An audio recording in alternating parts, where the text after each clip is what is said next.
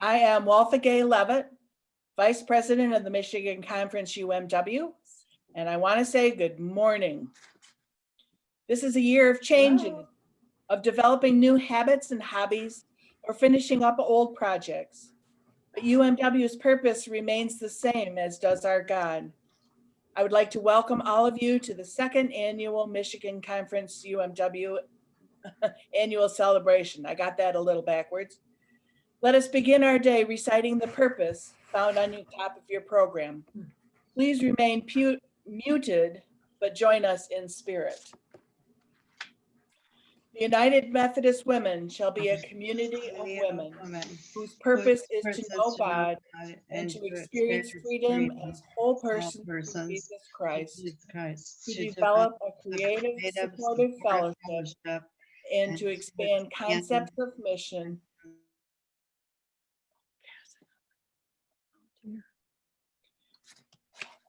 What a great thing our foremothers did by creating this purpose to always give us a direction. You will all be muted and your picture will be in speaker view. I would now like to introduce Ruth Jones, our mission coordinator for spiritual growth, who will start us off with a devotion.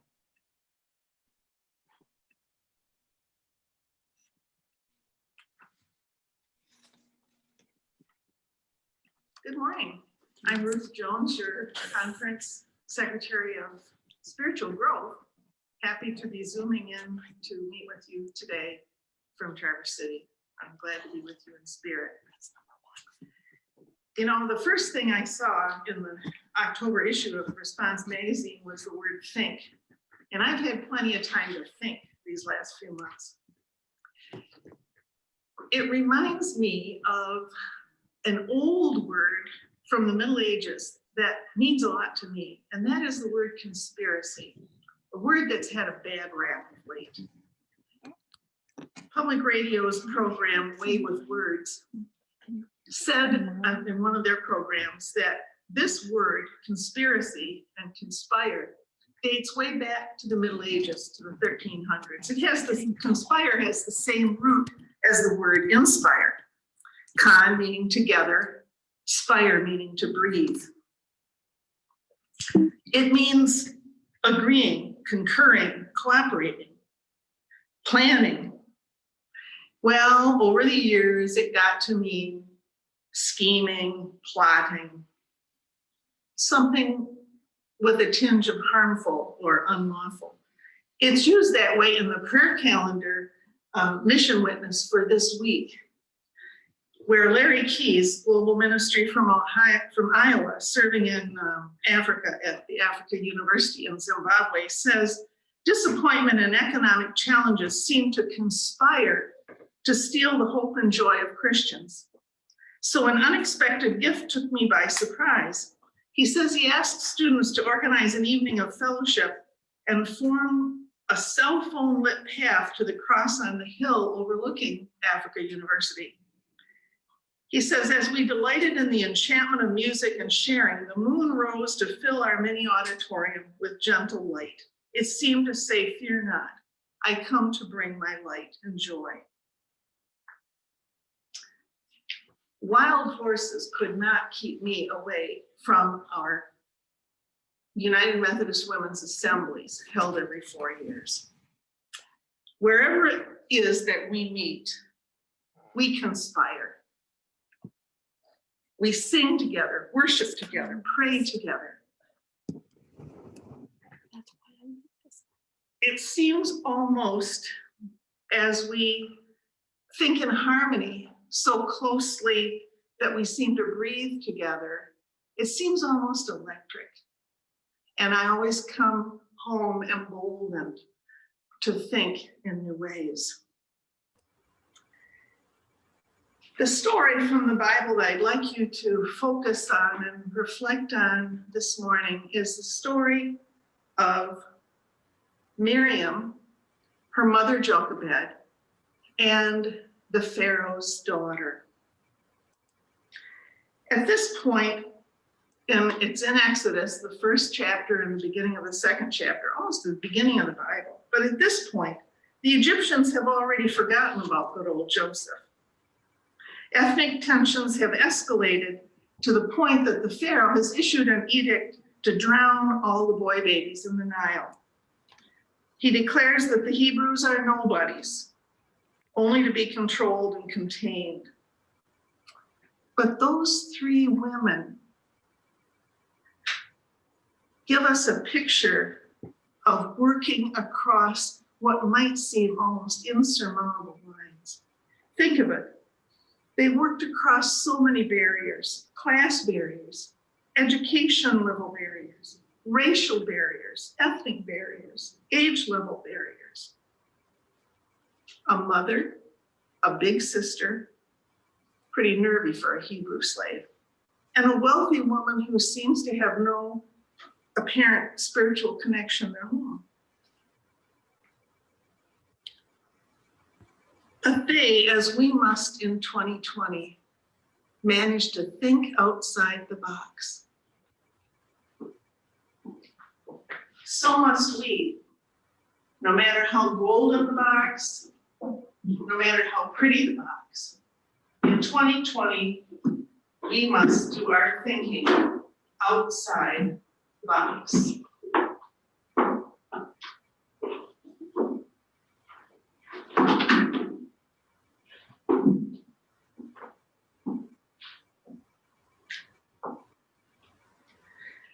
In spite of the fact that the princess immediately recognized that that baby was a Hebrew, the women talked to each other, shared ideas, cooperated to save the child.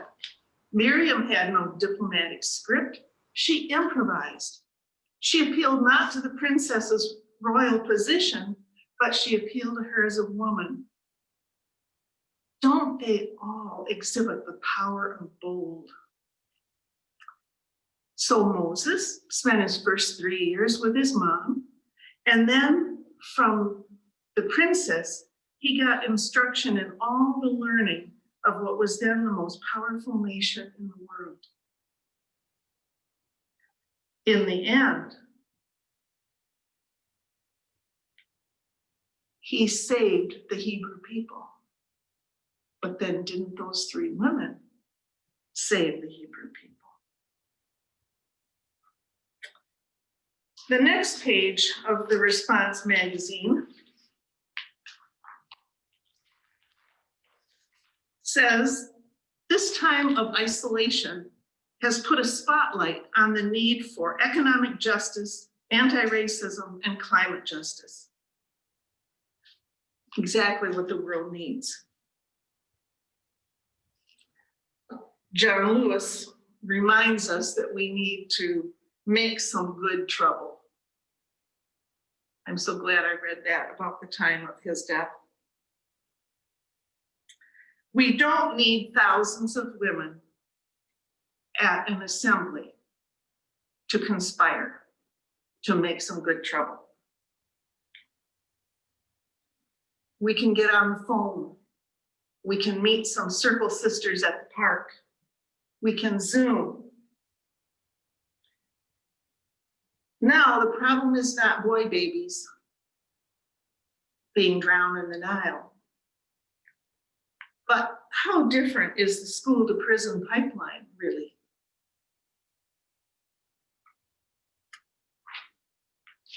We're all cogs. Miriam was, Jochebed was, the princess was. We're all cogs. Whether we're young, and I have to think of Greta Thunberg working on climate justice, whether we're the mom, or whether we're somebody who can pull a few strings, somebody with power. We're all cogs in a conspiracy.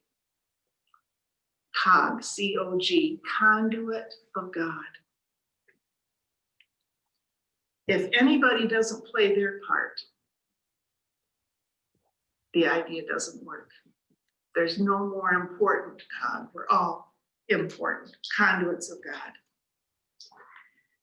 The scripture I'd like to share with you is from the book of Hebrews. So we've gone almost from the beginning of the Bible to the end. This is from chapter 10. Let us hold tightly without wavering to the hope we affirm, for God can be trusted to keep his promise. Let us think of ways to motivate one another to acts of love and good works. Let's be cheerleaders for the power of bold. Pray with me, if you will. Gracious God, help us as United Methodist Women to be flexible enough to adapt to new and challenging avenues of service. We know that your love will never change, but we ask your guidance as we seek to be bold conduits, to put that love into action that tries to meet the needs of our world today. Amen.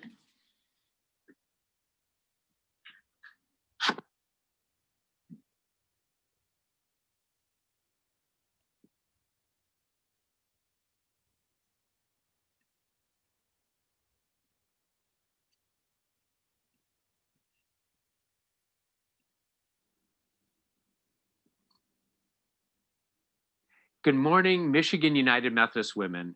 It's my pleasure to greet you on this fine day. What a difference a year makes. A year ago, we were gathered together to celebrate United Methodist Women and your good work in ministry. And now here we are needing to meet electronically. But it's my pleasure to be able to bring a greeting to you. Michigan United Methodist Women are a remarkable group. Among us, we have leaders not only in the United Methodist Church here in Michigan, but we have leaders at the national and jurisdictional level of United Methodist Women. I want to give my congratulations to Ruby Anderson for being elected to the United Methodist Women's National Board, to Mickey Phelps, who is our new jurisdictional president, to Pat Bostic, the jurisdictional vice president, and to Simi Proctor, who is the chairperson of the Jurisdictional Committee on Nominations. To all of you, thanks for your good work as United Methodist Women in your local churches and in your communities. Earlier today, I was reading Psalm 138, and there's a part of a verse in there which talks about God increasing the strength of our souls.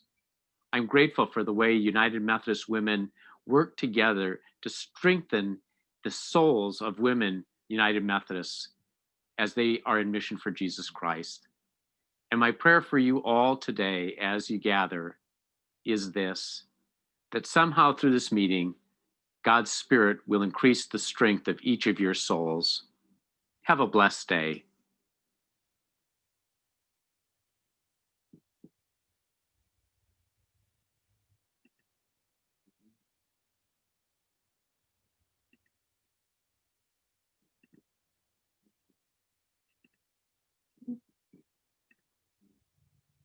Greetings, United Methodist Women.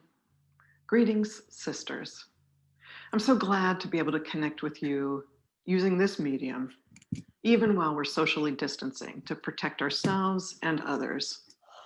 And I'm so grateful that during this year of 2020, we're especially aware of the presence of God, the closeness of God, and the fellowship and sisterhood of United Methodist Women. It has been quite a year. We are in the middle of a global pandemic, along with people around the world. And we're experiencing the impact of social distancing and losses and having to do things in different ways and having to deal with technology. And also the economic impact. So much uncertainty. It's been quite a year. It's also been quite a year as we have witnessed the exposed wound of racial injustice over and over again, playing out before our very eyes. And of course, United Methodist Women are responding. You've made masks and more masks, and you've given money to Giving Tuesday Now. The board of United Methodist Women has redesignated some funds to make available for COVID response, and you're responding in your communities. And not only that, you're reaching out to each other. You're learning the new technologies, and you're staying connected through new means and old so that people know that they are not alone. And you're showing up. You're speaking up for racial justice. You're calling on our roots that go back as far as the Charter for Racial Justice in the 1950s to apply them to this moment. United Methodist Women, I'm so grateful for you. I was reading an article the other day about self-help and all these other things, and one of the things that caught my attention in a new way was this idea of reframing. Instead of saying, I have to do this, what about saying, I get to do this? It's my privilege to do this. Instead of saying, I have to find a way to make time in my schedule to spend daily time with God in the Bible, we say, I get to have moments, special, tender moments with the Bible in God's presence. It's a whole different thing. What if instead of saying we have had to give up our connection because of the limits of physical distancing, we said we get to connect through letter writing, through phone calling, through new technology, and we get to see the vibrancy of the sisterhood of United Methodist Women? What if instead of saying it's a time of economic uncertainty and we can't ask for people to keep up their pledge amounts, we said it's a time of great need.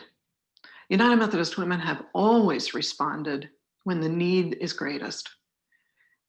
Now is a time to give our women more opportunities to contribute, more opportunities to make a difference out of their means for those who are at critical need. And what if instead of saying the work of racial justice right now is confusing, it's conflicted, I don't know enough, we said, we have been working on this work since 1950. We know something about this, and we know something about learning about this. What if we went back to the charter and looked at the things that were called for and said, how do I apply this in my community? What if we persisted in the reading program and the additional selections that have been provided for our learning? And what if we give extra attention to listening to each other and to people that we don't know so well, so that we are allies, we show our commitments, and we live up to who we are? United Methodist Women, this is a time for reframing, for keeping our long, long commitments to women, children, and youth, because we know that women, children, and youth are the most affected in times like this. And we reframed. We said, I get to do this. I have preparation for this. I have help for this. Because God is calling me. God is helping me, walking with me. And I'm walking with sisters to make a difference in the world for women, children, and youth. Thank you, and God bless you.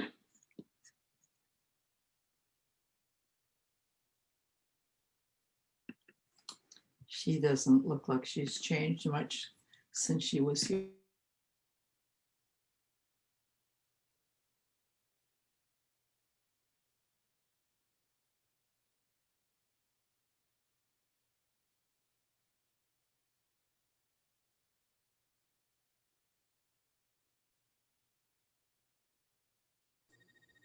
All right, I'll start over. Good morning, everybody.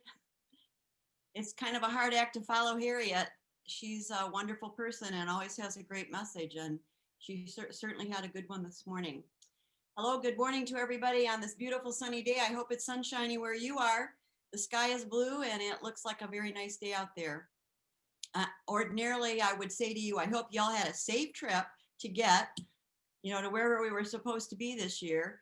This year we were supposed to be in Kalamazoo. I would have loved that because I would have spent last night with my brother and my sister-in-law in Vicksburg, and then I wouldn't have had very far to travel for today's meeting. Instead, I'm saying I hope you didn't have any problem connecting to our Zoom meeting today. I hope you're all comfy in your own location.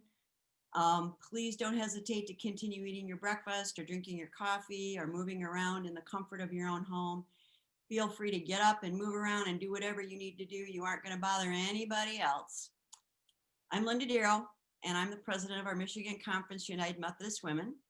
I welcome you to the second annual Michigan Conference Celebration and Business Meeting. I am so glad to see you all here today. I love seeing your faces. That's one of the advantages of Zoom is we aren't wearing masks, so we can really see our faces and see our smiles. I know many of you are huggers as I am, and that's one of the things I've missed the most is not being able to hug anybody. And when I do see someone on the street or in the store that I know, I have to really refrain myself from wanting to go up and give them a big hug. That's been very challenging. I bring you greetings from the whole conference leadership team. We are alive and well. Actually, we feel like we've been a bit ahead of the game having Zoom meetings. We had our first conference leadership team meeting last January via Zoom, and we had just chosen to do that out of practicality. We didn't want people on the road in the bad weather, and we knew it would be huge savings on mileage, and we found out that it worked quite well. And in fact, we probably had almost 100% of our leadership team present that day because they didn't have to drive anywhere. So it's been an interesting way to learn that we can do what we need to do. And if it's by Zoom, then all the better. So for you who have really been challenged by this new technology, I pray for you. And I hope that you have found that it's not as difficult as you thought, and you'll be able to continue doing that. Because I think sadly, it's going to be the way of the next few months or so. Sadly, all of those district spiritual growth events and Mission U events and social action days and mission days and everything got canceled last spring and all through the summer. That was very, very difficult. There was a lot of tough decisions that had to be made, but they were the best decisions that you could make at that time.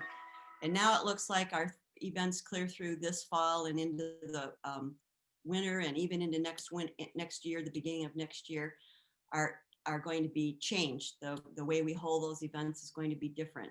And so we might as well just get used to that and understand that we got to do what we got to do. Times are hard right now. The world's in a total state of chaos. And all we can do is keep doing what we're doing and do the best we can in the ways that we can in our own locations. Most importantly, we need to just stay healthy, stay safe, and stay connected in whatever that way that works for you.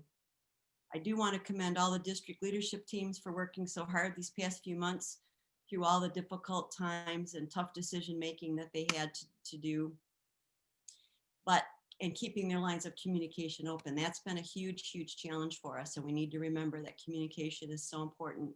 And so whatever it takes for you to keep in communication with your people and your women and your local churches, you need to be sure you're doing that. It was interesting to attend the district meetings that I have been able to attend. And I know several of the districts felt that they weren't going to be able to do it that way. And that was okay too. We invited every district to do what would work for best for them.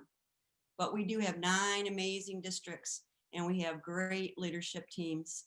And if we were together, I would ask that you each reach next to you and pat the lady next to you on the back or on the shoulder and let her know what a good job that she's been doing. Since that's impossible, I want you to take a second and put your arms around yourself and pat yourself on the back because it's still important. Just one thing I'd like to be sure and point out to everybody is do not forget to go to the United Methodist Women website, both the conference one and the national one. They have amazing, amazing information that is so important to all of us. If you have questions about anything, if you're looking for program information, those are the places to go. So I encourage you, if you've not done that yet, to be sure you do that. And I think you'll be hearing that more and more from all of us, because this is one of the best ways we have to communicate our United Methodist Women information. Thank you for letting me share with you today. It has been my privilege and my honor to serve as your first Michigan Conference president these past years. It has been a crazy 4 years, and a lot of you know that. I just saw a definition on Facebook actually yesterday or the day before that I'd like to share with you. It really made me chuckle. It's the definition of Corona coaster. Maybe some of you saw that. The ups and downs of a pandemic. One day you are loving your bubble, doing your workouts, baking banana bread and going for long walks. And the next day you are crying, drinking gin for breakfast, and missing people you don't even like. You might not be drinking the gin for breakfast, but I bet the rest of that might be very true for all of you. I hold you all in prayer. I look forward to the next time that we really can all be together. And I pray continually for your health and your safety. I hope that during this crazy stay-at-home time, you have discovered something new and something different in your life that brings you joy. So right now, I want you to use your imagination and realize that I am putting my arms around each one of you, giving you a great, great, great big hug. My love to you all.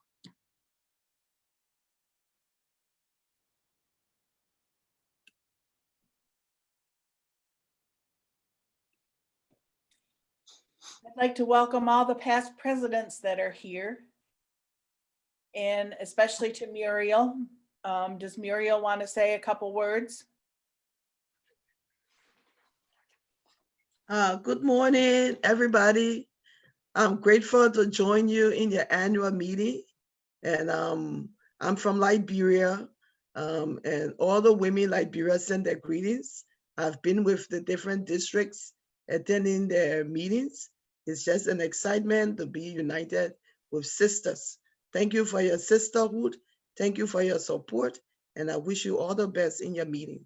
Thank you. God bless you. Thank you. Wally, would you like me to go down that list and recognize those people? Sure. All right. In our last directory, we listed past conference presidents from both the former Detroit and West Michigan conferences. I'm going to mention the names. If you want to wave, feel free to do that. It's kind of hard to see who all everybody is and where they are. From the former Detroit conference, our past presidents were Mary Jane Jewell. I'm not sure who else here today. Mary DeDolph, Suzanne Buxton, Diane Miller. We've all seen Diana, and we're so grateful to Diana for all of her work with our technology issues. Linda Schramm, I know I saw Linda Schramm. She's our current chairperson for Committee on Nominations. Kay Mowry, I think I saw Kay. And Mickey Phelps, bless Mickey Phelps. She's our immediate past president, and we are so grateful to her and excited about her upcoming work on the jurisdiction. And from former West Michigan Conference, Ruth Turner, I don't think Ruth was with us. Julia Deemer, I saw Julia. Patsy Kaufman, I think Patsy's with us. Nisha Verveer Guy. Ruth Whaley and Jenny Cruzy. And we all need to keep Jenny Cruzy in our prayers. She is in the last stages of her terminal cancer, and she's being a brave, brave soul. But I really appreciate that you would all hold her up in prayer during these last few days that she has. And those are the past Michigan Conference presidents. Thank you. Thank you, Linda. They've been very important in moving us into the future to be where we are today. So we thank them for their leadership. And now it gives me great opportunity or great thankfulness that I can introduce to you Assistant Dean and Professor Tracey Brame. She came to Cooley Law School in February of 2006 from Legal Aid of Western Michigan, where she was a staff attorney. She advised and represented low-income clients on family law, housing, and consumer law issues. She collaborated with other programs to address legal issues faced by ex-offenders re-entering the community. She also translated for Spanish-speaking clients.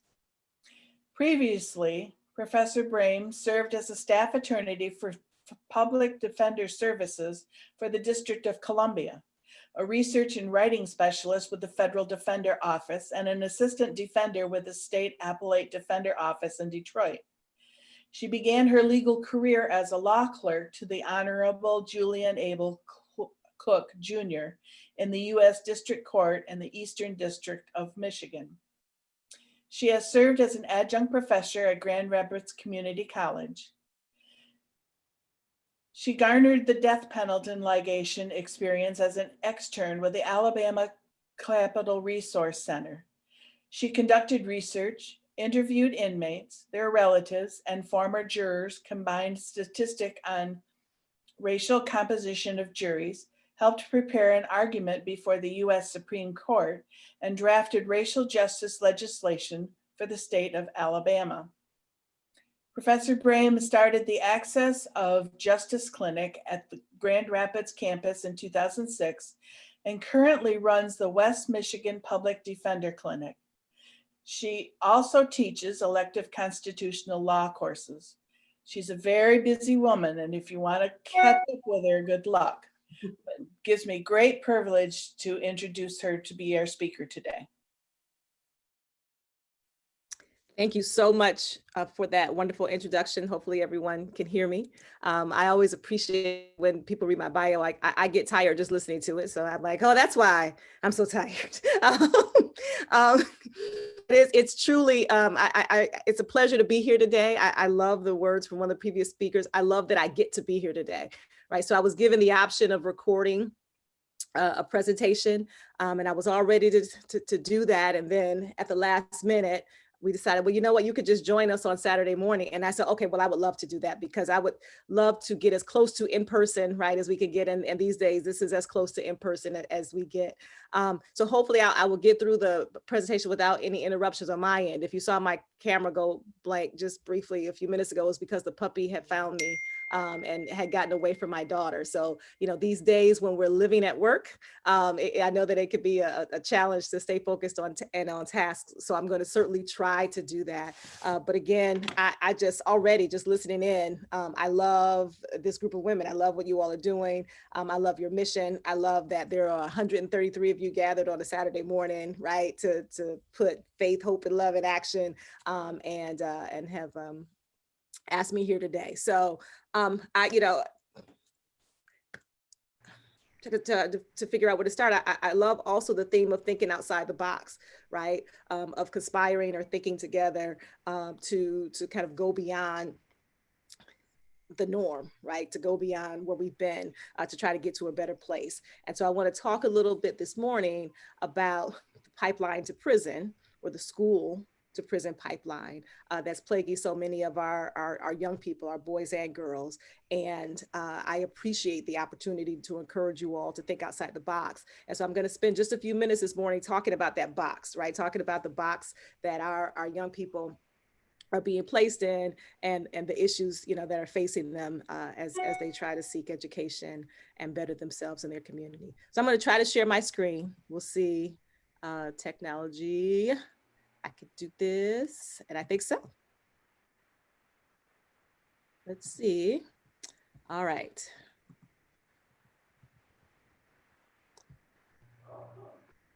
Hopefully you all can see my screen. Mhm. Okay, good. So, and again, these are just notes for me, again, to try to stay on point and on task. So this morning, I just, again, want to take a few minutes to challenge our assumptions, right? And change the paradigm a little bit when we're talking about education, and particularly the education of young Black and brown boys and girls. So as you all know, let me change my view so I can make sure I can see things. So as you all know, again, this seems like a really thoughtful and deliberate body of women. So I'm sure that you all know that there is a recurring and prevalent problem of overrepresentation in the criminal justice system, right? So that, so we know that African Americans are overrepresented in our prisons. So even we comprise about 13% of the US population, we comprise about 40% of the prison population. So again, you know, this box that we talk about, you might hear, you know, a common pushback to that is that, well, it just so happens that, you know, more African Americans commit crimes, or, you know, if, you know, the inner cities are kind of plagued with violence, and that's why, you know, there's so many people in prison. And so that's the paradigm that I want to kind of, you know, begin to chip away at, so that we don't just stop, right, at that next at that pushback, but then we ask why. You know, why is it, if it's the case that more African Americans are charged with and convicted of crimes and placed in prison? Why is that? What's happening, right? So what accounts for such a significant disparity? Okay, so it can't just be that more of us are committing crimes, right? And you know, the truth or falsity of that is a subject of a whole nother conversation. But when we think about why we're so overrepresented in our nation's prisons. You know, there are several underlying reasons that go all the way back to centuries of demonization of African Americans. And we'll talk a little bit about what I mean by that. Disparate sentencing, African Americans being given longer sentences for similar conduct. When I first began practicing law in the 90s, one of the big issues was crack versus powder cocaine, and people convicted of possession and distribution of crack cocaine were sentenced much more harshly than those convicted of cocaine related crimes because, right, crack was so much worse, et cetera. And of course that impacted inner city communities because back then, right, crack was more prevalent in inner city communities, whereas powder cocaine was more prevalent in the suburbs. So things like that. Disparate policing. Okay. And of course, that's a charged issue right now. And inner city communities always struggle with the push and pull because the police are obviously a very important part of our communities and keeping us safe and serving and protecting, right? But there's also often an increased, right, an outsized police presence in inner city communities for lots of reasons. Lack of quality education, health and nutrition disparities, lack of legacy and role models, availability of employment, right? And I could go on and on. So, you know, when I talk to my students, one of the classes that I teach is a class on race in the Supreme Court, just talking about how courts have treated issues of race over the years.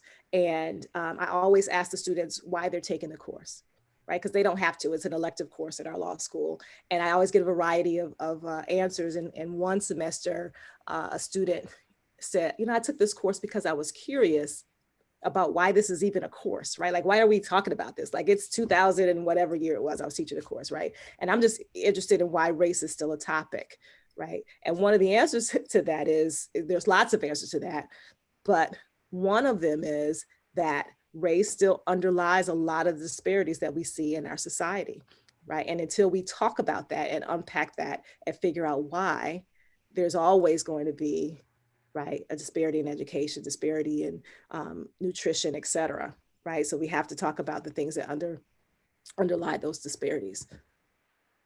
Okay, so, you know, when I talk about these enduring badges of slavery or demonization of African Americans, we often think about slavery as an ancient wrong that has little relevance today, right? That was a long time ago. That's a lot of pushback that I hear, right? When we have conferences or discussions or roundtables about race, like, really, can't we just put that behind us, right? Look at you, Tracey, you're a law professor. You are a long way, right, from your great-great-great-grandmother, right, who was a slave.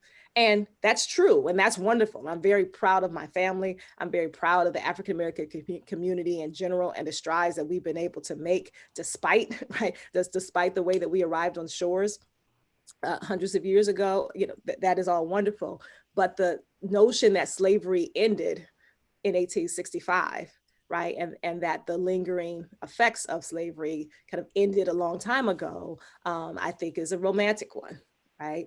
So if you think that you can enslave, you know, brutally transport people to a land with which they are absolutely unfamiliar, and, you know, brutalize them and enslave them for 400 years, and then in just 100 years or so, right, say, okay, you guys are good now, right? You know, to me, it's kind of a romantic notion. And again, until we kind of deal with that, I think we're going to continue to see these enduring badges of slavery. So if you look, you know, kind of at a timeline, slavery officially ended in 1865, right? With the Emancipation Proclamation, end of the Civil War, et cetera.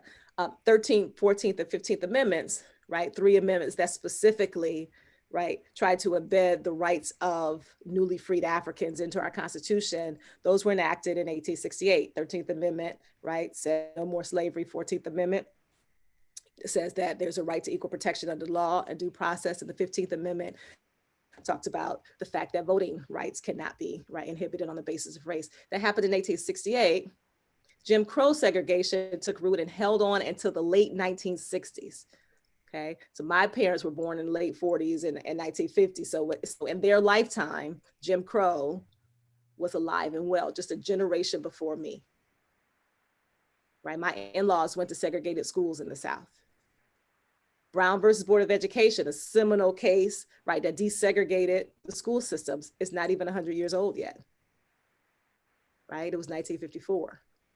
Loving versus Virginia was out, which banned laws that outlawed, right, interracial marriage, That was decided in 1967. In fact, the young man who represented the couple in that case just passed away just recently.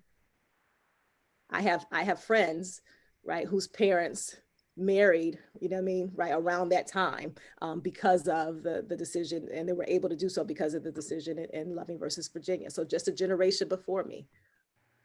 Walter, maybe I had the pleasure when I was a law student to work with Brian Stevenson, and I'm sure by now you've all heard his name. When I worked with him, he was 5 years out of law school, and he was a young attorney who decided to spend his time and talents representing death row inmates in Alabama.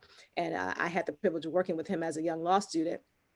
And I got to his office on the heels of, if you've seen the movie Just Mercy or read the book Just Mercy, the protagonist in that movie and book along with Brian is Walter McMillan, his wrongfully convicted client. And I had the pleasure of meeting Walter when I worked with Brian in the mid 90s. And Walter McMillan was wrongfully convicted on capital murder charges in the 1980s and was not exonerated until the 1990s, right? He was convicted of raping and killing a white woman in Alabama in the 1980s and wasn't freed until the 1990s. And then finally, right, Trayvon Martin was killed and the shooter found not guilty just in 2012, right? So does that still seem like so long ago? And we could talk about George Floyd and all the things. I haven't even gotten to 2020, right? Again, because that could be the beginning and end of my presentation if I started listing, you know, all of the enduring badges of slavery. So early America's depictions of African Americans laid a foundation that has been difficult to overcome, right? So when we, you know, at the time that slavery ended, it's not as though we came together as a country and had a round table and just decided, you know what, we think it's about time to end slavery.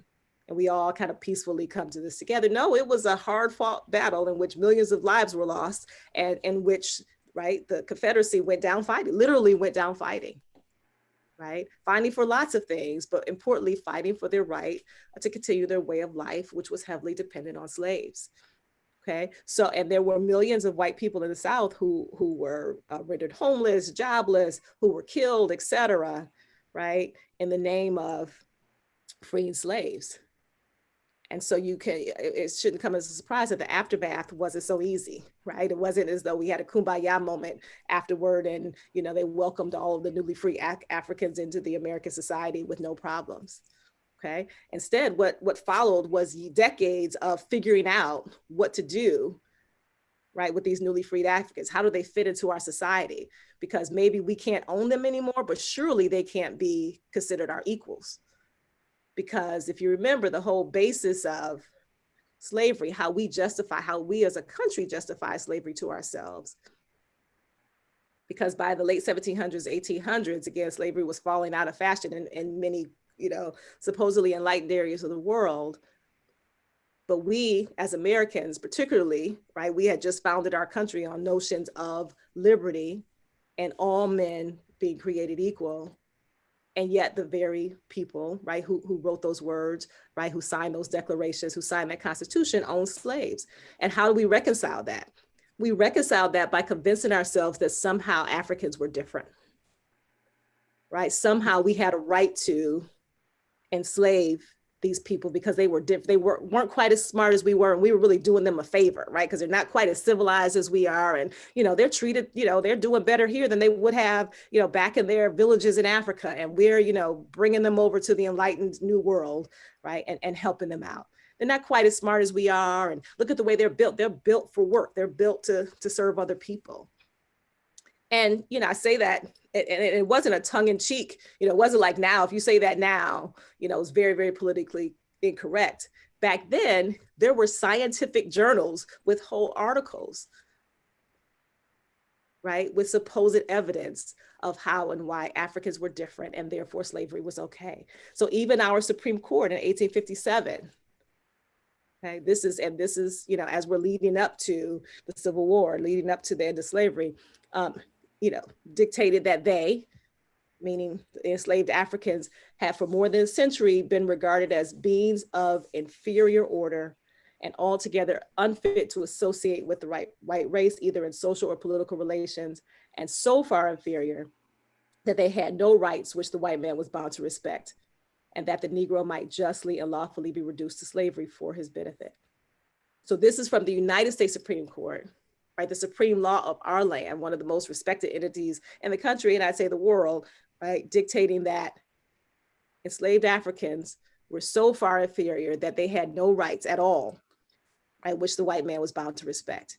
So there were cases on the books back then in which slaves were killed and people weren't punished for it because the slaves were considered property, things like that. So while the law evolved, right? So one of the things we talk about in my class is the limitations of the law. So while the law itself evolved and we eventually had the Emancipation Proclamation, eventually the Constitution was amended, eventually we had a Voting Rights Act, eventually Loving versus Virginia was decided, et cetera, it's not as easy to eradicate the social impact of those views, right? In fact, if you're not careful, right, you could have a backlash because we could change the laws and then those people who aren't ready for those changes, right, can push back in ways that are, that are dangerous and lingering.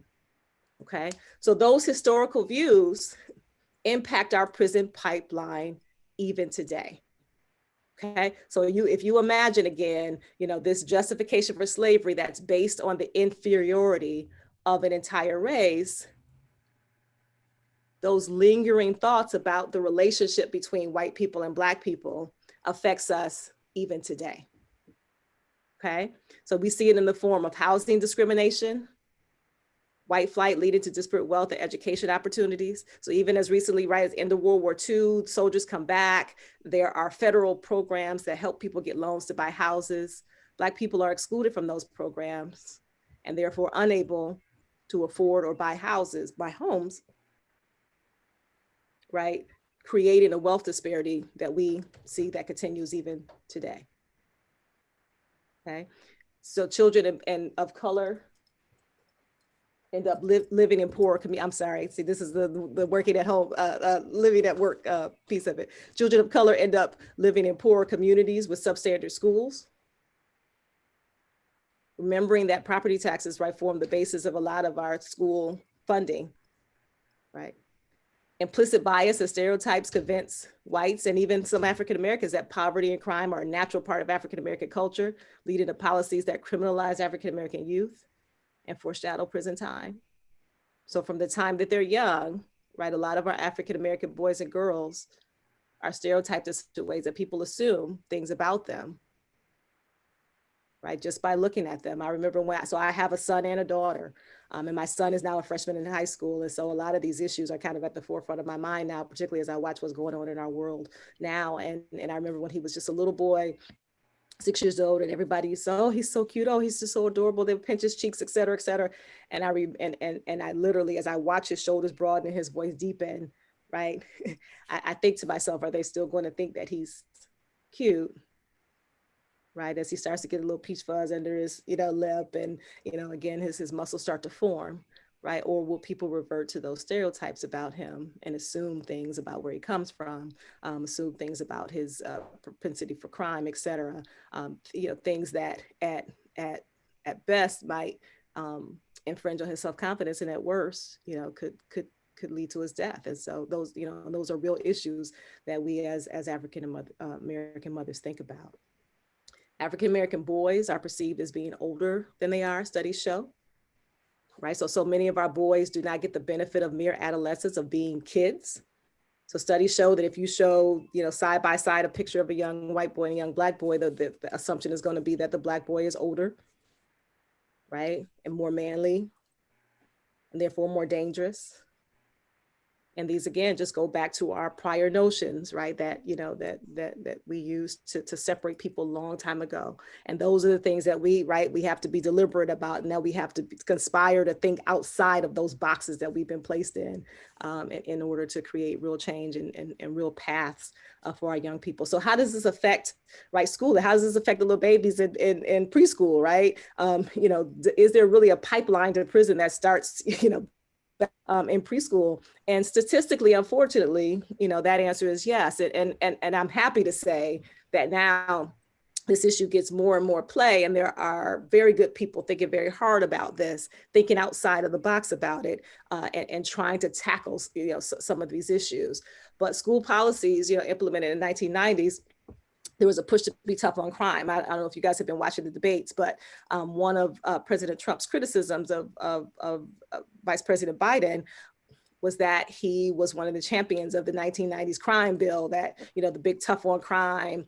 And there was this sense that with, violence kind of spiraling out of control, that we needed new laws, that we needed to be tough on crime, that we needed to crack down, right, on crime in order, right, to eradicate it. But what that led to, in part, was a socialization of young African-American children as criminals, right? There was an infamous little clip of Hillary Clinton, talking about, kind of these dangerous people, these criminals. And so it led to policies such as zero tolerance, suspensions, right, and police presence in our school.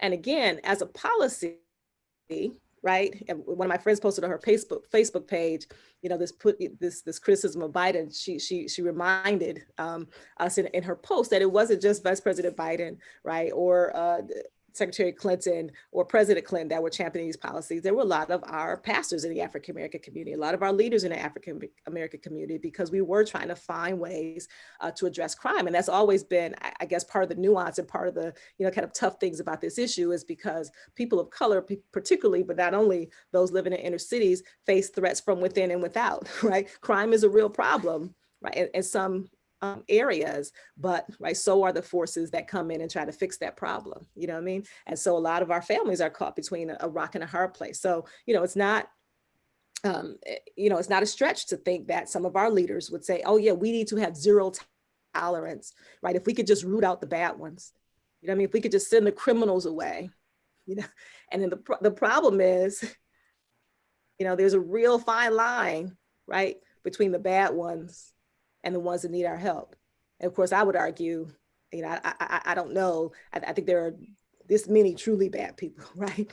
And the vast majority of people who get into trouble are troubled people who need our help. And instead we turn them into, right, criminals, okay? We decided that we weren't going to tolerate them at all, okay? So for example, in Chicago schools, zero tolerance policies resulted from a jump of 21 expulsions, right, in 94, 95 to 668 just a couple of years later. So immediately, right, this new policy goes into effect, and right, Denver saw a 300% increase over a similar time period. Okay, so we reverted to a lock 'em up mentality to try to address this problem. But we found that there's a correlation between suspensions and contact with the criminal justice system, right? Unfortunately, it's a continuum. Once a young person is suspended, he is less likely to complete high school. She is twice as likely to be arrested while on forced leave from school. More likely to be in contact with the juvenile system, right? And experiencing school punishment before age 15 is associated with contact with the criminal justice system for boys. And again, that shouldn't be surprising, but the way we treat our kids in school is a microcosm of the way we treat them, right, in society. And if we're treating them like criminals in school, it shouldn't be surprising that we then treat them as criminals outside of school. So I take this issue very seriously. When my nephew was young, he was a freshman in high school. He's grown now, but he was accused of, he had engaged in some kind of play fight at school. And they had a zero tolerance policy. And he was, in the hallway with the kid. A kid walked by and they pretended that they were boxing and kept walking. That was caught on camera. Now, first of all, my nephew was in the hallway. He wasn't supposed to be, right? That was first problem. But they wanted to expel him because they had a zero tolerance policy for fighting. Right. And don't get me wrong, I'm not a soft parent. If I get a call that my kid is fighting at school, my kid and I are going to have a problem, right? Depending on circumstances. But I went to talk to the principal, not because I thought that my nephew was blameless, but because I took issue with the fact that they wanted to expel him for fighting. He wasn't fighting. He was playing. He was someplace he wasn't where he wasn't supposed to be, but he wasn't fighting. And so I told them, I said, if you think that really being aggressive with that other child that he was fighting, then I will not take issue with your expulsion, but you will not expel him, right? If you are having zero tolerance from him playing around in the hallway with the kid. First of all, I thought it was an overreaction, but secondly, right, he gets expelled for fighting. That makes it twice as likely that he's going to be arrested while he's on forced leave from school, right? Less likely to complete high school, all of those things. You start to criminalize him now, right? That's going to follow him. I had a similar issue with my son. It didn't involve fighting. He was wrongfully accused of cheating on a test in school. And it turned out to be a misunderstanding, but I probably like as soon as I saw that, like I jumped into action and I investigated and I figured it out before the teacher did, because I knew, right, that if somehow he ended up with some allegation of, even of, I don't know, cutting and pasting on an online exam, whatever it was, that was going to follow him, right? That was going to frame how that teacher saw him in the future. You know what I mean? That was going to be on his record, so to speak. And so thank goodness we figured that out. But like I said, again, I probably overreacted because I was like, oh no, we can't, can't start that now. Okay. African-American students are punished more often and more harshly for similar offenses. African-American first-time offenders are suspended at rates that are double or more than those for white offenders. And though we comprise about 18% of the preschool population, we comprise almost half of the preschool students that are suspended. Okay. I was reminded of, I spent some time with Grand Rapids has a couple of really wealthy families that are fantastic philanthropists, and, they have funded much of the arts and culture here in Grand Rapids, and, as well as other philanthropic endeavors. And I was having dinner with one of the younger people in their families, a kid in his 20s or 30s, and he was talking about the wonderful high school prank that he had pulled when he went to Christian High, that they had for their senior prank, they had in the middle of the night, right? So during school, they jimmied one of the, windows and kind of propped it open, and then returned in the middle of the night to break into the school and take all the dongs out of the bells, right? Absolutely hilarious. So when they came in the next day, they couldn't ring the bell, and the principal had to get on the speaker and say, it is now time for second hour. Is that because they couldn't ring the bell, right? Hilarious. And so they couldn't figure out who did it. They were just flummoxed. They were like, I don't know how this happened. And the young men were so they were offended. They wanted their credit. They wanted to get caught because they wanted credit for this caper. And so they actually came forward and say, hey, it was us, right? And, everybody laughed, and it was, I don't know, maybe they had some minor consequence or something like that. And I remember I was hoping that my face did not betray what I was thinking, which is, can you imagine if my son had pulled that prank? Right? Can you imagine if my son had broken into the school in the middle of the night? Right? And so, it's just real, right? That, the Black offenders are treated differently than other people for lots of reasons we already talked about. Okay. And so how does school discipline affect our young people? Right? In part, it labels them. Right? After a while, if you keep being told who you are, even if it's not how you started out, right? It can become who you are if you're not careful. And I've heard people say, well, you know what? This is what they expect of me anyway. So people come to identify and behave in ways that reflect how other people label them. Sometimes you just get tired of fighting the label and you say, you know what? If you're going to treat me like a criminal anyway, and it may not be a conscious decision, right? But that's why it's so, so important from an early age, right? For us for kids to have varied role models and people in their lives that look like them as well as others, right? So they don't come to believe the labels, right? The negative labels that are put on them. They are removed from the safety and structure of school, right? So you suspend a kid, you kick a kid out of school. For some kids, for many kids, school is the most structured that they have. Right? That teacher, even if they get that teacher grief, right? That teacher is one of the best role models that they have. And the time that they spend out of school is often not spent, right? Is often spent with other people that are also in trouble.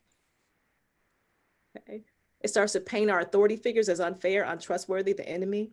When my son, for that, little 15-hour period that we were kind of trying to figure out what was happening with this cheating scandal or whatever, it was affected. It was his favorite teacher. This incident involved his favorite teacher. And he wanted to, can I drop the class? Like he just, he was afraid, first of all, that this teacher had now labeled him, right? And he thought he was being treated unfairly. And all of a sudden, his relationship with authority changes, right? Like, how do you relate to a teacher or to authority figure who believes that you did something wrong and you didn't, but you did it, you know what I mean? And you can't convince them otherwise. Like, how does that play out, right? And imagine it playing out over and over again. Right? So then you have the stigma of exclusion, depression, anger, confusion, resignation. So many of our kids just, remove themselves from that world. They think they don't belong and they just have a, oh, well, right, attitude about it. So, that's a lot of depressing, effects of lingering discrimination, et cetera. What in the world, what can we possibly do about it? And again, I'm excited to be in a room full of women who are doers, because I know that you guys are thinking deliberately about it. And these are just a couple of things that I came up with. And I know that, you all are doing this work day to day, right? And can think of other things as well. But first and foremost, we need to check our own biases and encourage conversations and arenas for others to do the same. So the fact that you are gathered here today for the purpose of talking through, I can't overstate, right, how that warms my heart. And I think that one of the things that's going on in America today, in our society today, is that we don't have spaces where we can do this, and we're discouraging spaces to do this, right? The administration just recently signed an executive order stating that basically outlawing implicit bias training and other, kind of related trainings in federal programs. And I had recently been asked to speak at the U.S. Attorney's Office on the issue of implicit bias. And the U.S. Attorney here he had to call me and say, you know what, it sounds like we're going to have to put that on the back burner, right? Which is really too bad. And too often, and the reasons why, those kind of trainings are being discouraged is because they often are seen to treat Black people as victims or white people as perpetrators in it, and supposedly they divide us and distort history, et cetera. But as we know, when done well, right, you do the exact opposite, right? Talking about white privilege is not an indictment of white people. It's not saying that white people are horrible because they are privileged. It is trying to, when I talk about white people, I'm not talking badly or criticizing my friends, right? Or the people that I'm talking about.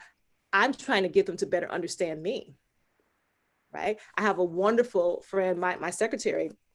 She's a white woman who lives in suburban Grand Rapids, and she has 2 sons, and one of them is a new Wolverine this year, which I love. And one time she told me, right, because she works for me, and she says, I try to understand the problems that African Americans face and the things that about which they protest, et cetera. She said, but I look at you and I say, this woman's a professor. This woman, my son plays soccer, and my daughter's on the honor roll. She said, and I say, well, if Tracey could do it, right? I don't understand what the problem is. Why can't other people do it? And of course, that gave us a whole window to talk about, right? Why, I could, I am in too many instances an exception as opposed to a rule in my community, and how much my parents had to, scrape and fight, et cetera, to kind of get me where I am today, and the things that I still have to be concerned about, even as a middle-class law professor, with respect to raising my son, that she'll never have to be concerned about that. She has other concerns, don't get me wrong. Raising teenagers is raising teenagers. And so I don't, right? But there are things conversations that I have to have with my son that she'll never have about interactions with police, about how people label you, about, pride, et cetera, et cetera. And she, we had a great conversation about it, right? And again, it wasn't about bashing her. It was about, well, I want you to understand me. And if we can understand each other, if we can get to know one another better, right, then that will help our relationship going forward. But it's difficult to understand African American community in general. Again, not to overgeneralize, but in general, it's hard to understand what I'm going through without also talking about discrimination, talking about racism, talking about privilege, because those are part of, those dynamics are part of, what formed me, right? And what formed us and our relationship to one another. Second thing we could do is we could provide support innovative efforts to provide safe, right, positive, encouraging, empowering education environments for all people. And so, you know, the last time I gave this presentation, there were a couple of people who worked in school systems in the room, and they were telling me about some of the efforts that they were making to shift the paradigm and to change the ways that they looked at discipline in their schools and their school systems. And it was really, really encouraging. And finally, just rethinking how we look at school discipline, the efficacy of removing children from learning environments as punishment, right? If we can move to a point where and again, this is just a spectrum, where we're thinking deliberately enough about the box that we're living in, a box in which African-American children are treated so differently than other children when it comes to discipline in the school system, right? Thinking about the implications of that, and then what can we do to change that? How should we be looking at school discipline? Right? Should we be looking at ways to keep kids in the classroom, right, as much as possible? Is it really necessary, right? Is it really even desirable to remove students from class, from school as punishment, unless you really think that they're a danger to others, right? Shouldn't they be in school? Shouldn't they be in that environment? Shouldn't we be trying to capture them and keep them safe? So we could shift that paradigm and stop thinking about our young kids, right, as animals or as criminals, right, or as ruffians, and start thinking about them as children who need our help, right, that might not have the same upbringing as we have, might not have the same privileges that we have, might not have the same resources that we have, and how can we help them achieve the goals that they have. And so finally, I'll say I'm part of an organization called Jack and Jill, which is a national mothers group that was founded in 1938 by a couple of Black women who, you know, you can think back to what was happening in 1938, desired that their children have the same opportunities, right, as other children. So, you know, Jack and Jill is obviously we talk about these issues, but we're also kind of an arts and culture organization where we get together every week. Our kids are in groups where they do leadership activities and cultural activities, and they learn about African-American history, and, you know, they meet Black doctors and engineers and playwrights and all of those things. And the idea, right, is to expose them to the world, right? The world beyond the images that they see of themselves on TV, or, you know, right, you know, so that they can think deeply about George Floyd and the things that led up to that, right? But also know that hopefully that won't be the only thing that frames their lives, that they can live a life and they can have the same opportunities that all children do. And that's really what, right, we want. So when we talk about, you know, so people even say sometimes, well, what's the point of an African-American mothers group, and, you know, this, that, and others. So you're further separating yourself. And again, couldn't be farther from the truth, right? It's just giving us a space to remind our kids that they have the same opportunity, the same talent, the same treasure, right? The same support as all kids do. And that really, at the end of the day, right, is what we want to give all children. Okay. And so, you know, as I leave you this morning, I just ask you to think about, you know, again, what is your role in ebbing the school to prison pipeline? And again, it could be, you know, varied. It starts with having conversations like these. You know, I know that you all are doing hard work in many areas. Stop my share. So I ask you to continue that hard work. And with that, I said that concludes all that I had to say. And again, I just thank you so much for having me here this morning and for listening to what I had to say. Okay.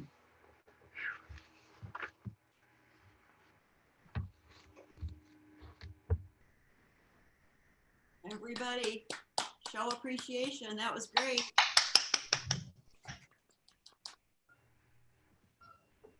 Thank you so much. And I saw a couple of questions in the chat, and somebody asked what I meant by preschool. And yeah, I meant younger than 5. Yeah, and the statistic is scary and sad. But again, you know, you guys now know how to reach me. And like I said, I love this group. So if you do other things, let me know, because I might come. I think you guys are awesome. It was a good program. All right, you guys have a great day. Thank you. Steve Browns, he's a lawyer. Wow. Yourself. I mean, Donna. Donna Smith, mute yourself. You have to unmute. Shall I start now? Well, good morning. I'm Mary Danforth.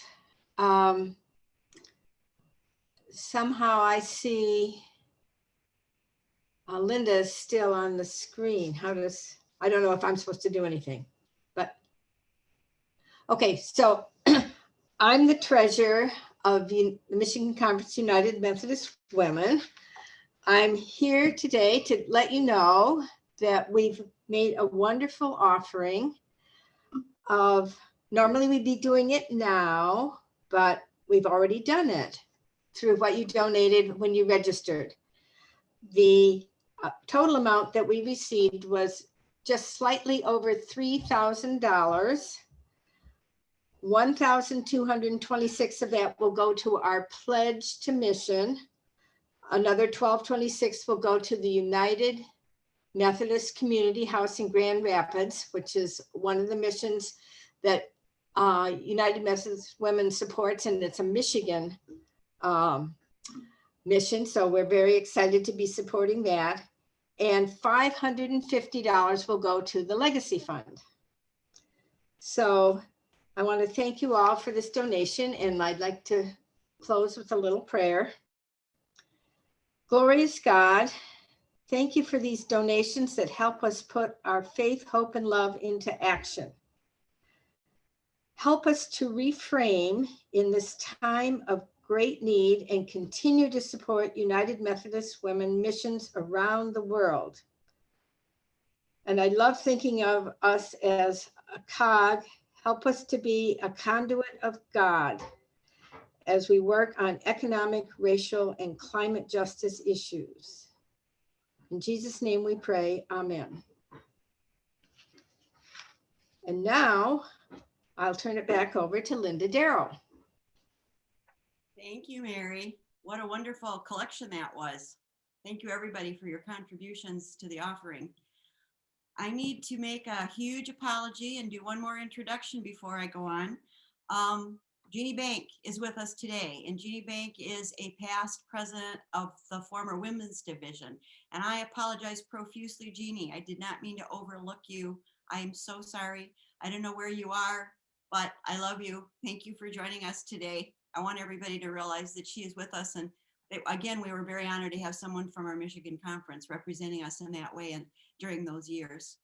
Okay, look what I found. I forgot I had this when how many of you have been sorting cupboards and closets and all that stuff? We should all have the cleanest closets in the world, right? Well, I found my gavel that I haven't been able to use, and so I'm going to use it today. Did y'all hear that? And I'm going to call us to order. The 2020 annual meeting of the Michigan Conference United Methodist Women, I call to order, and I declare that it will conclude at the end of our business session today. As stated in our standing rules, the voting body of the Michigan United Methodist Women annual meeting shall be composed of all members of the United Methodist Women at any organizational level residing within this conference who have sent in their ballots, which were received in the most recent issue of The Voice, which is our conference newsletter. Okay, first of all, our secretary, Beth Mitchell, will present the report of the 2019 annual meeting. Beth, you're up. Good morning. The minutes of the 2019 annual meeting were approved at the January 25th, 2020 Executive Committee meeting and are available on the website for your information. Our chairperson, thank you, Beth.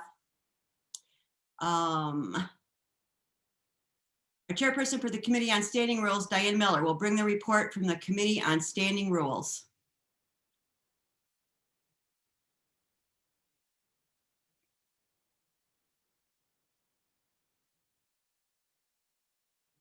Diana?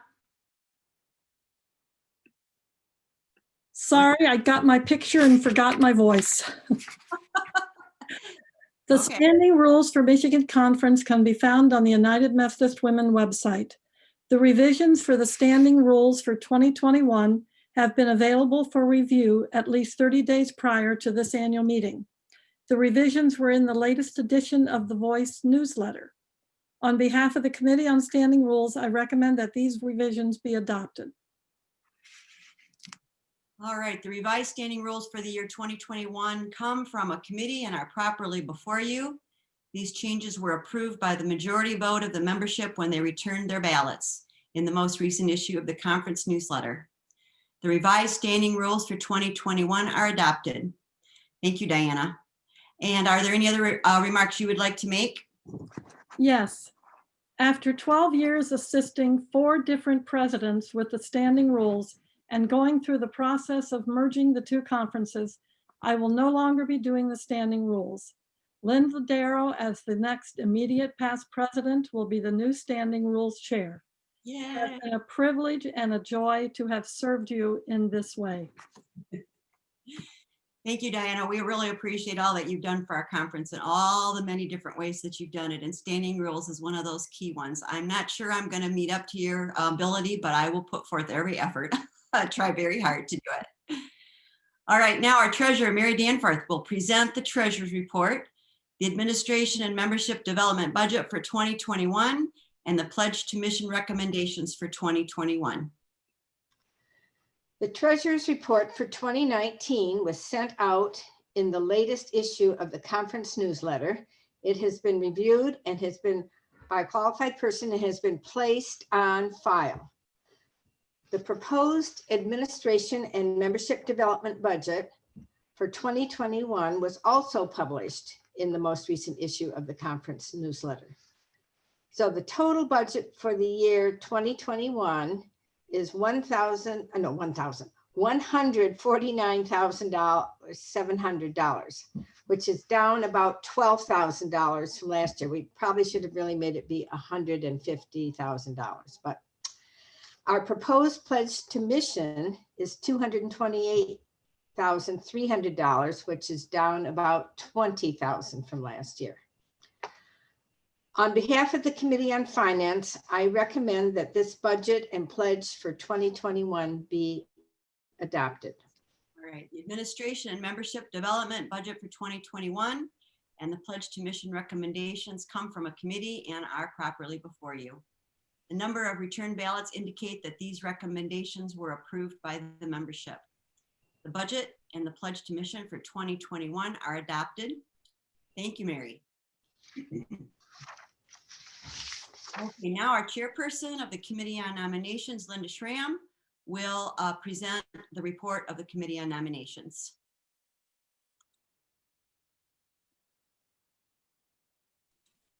Linda Schramm. Okay, you received the proposed slate of officers for 2021 in the latest edition of the Voice newsletter on page 12.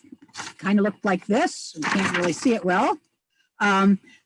But also along with that, there was a picture so you could see some of the faces which you might not recognize or whatever. You'll get to meet each of these, this leadership during the installation service when you'll find out more about them. But so I present the proposed slate to the president for announcing the election. All right.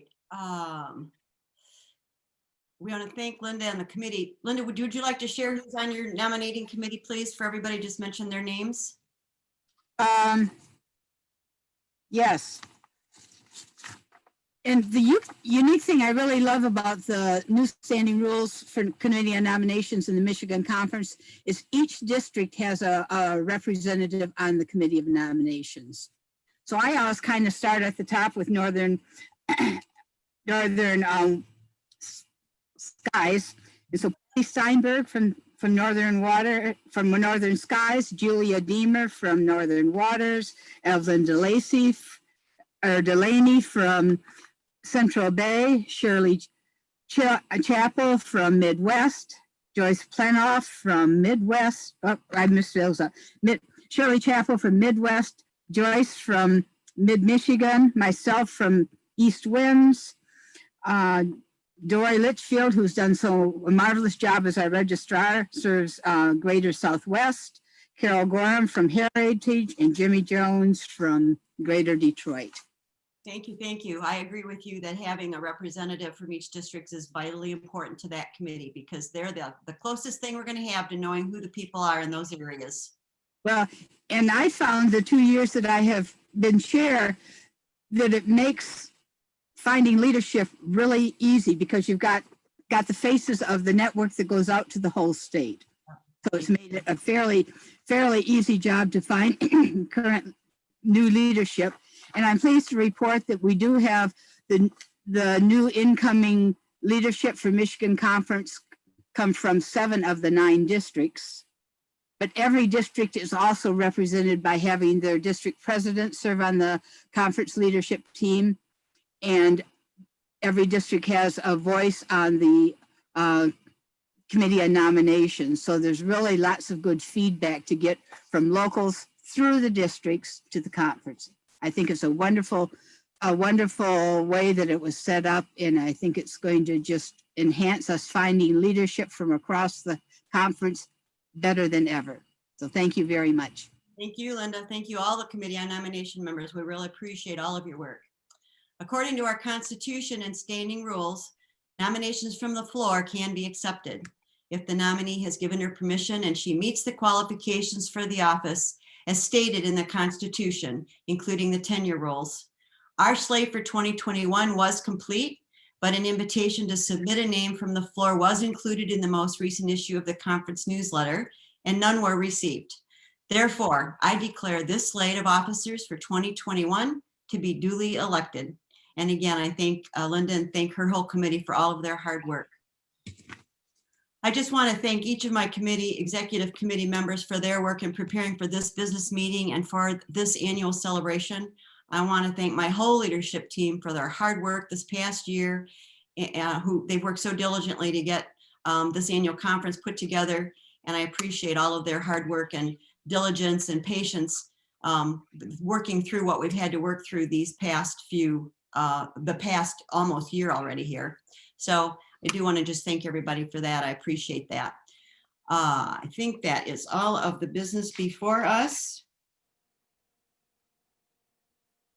Make sure I covered everything.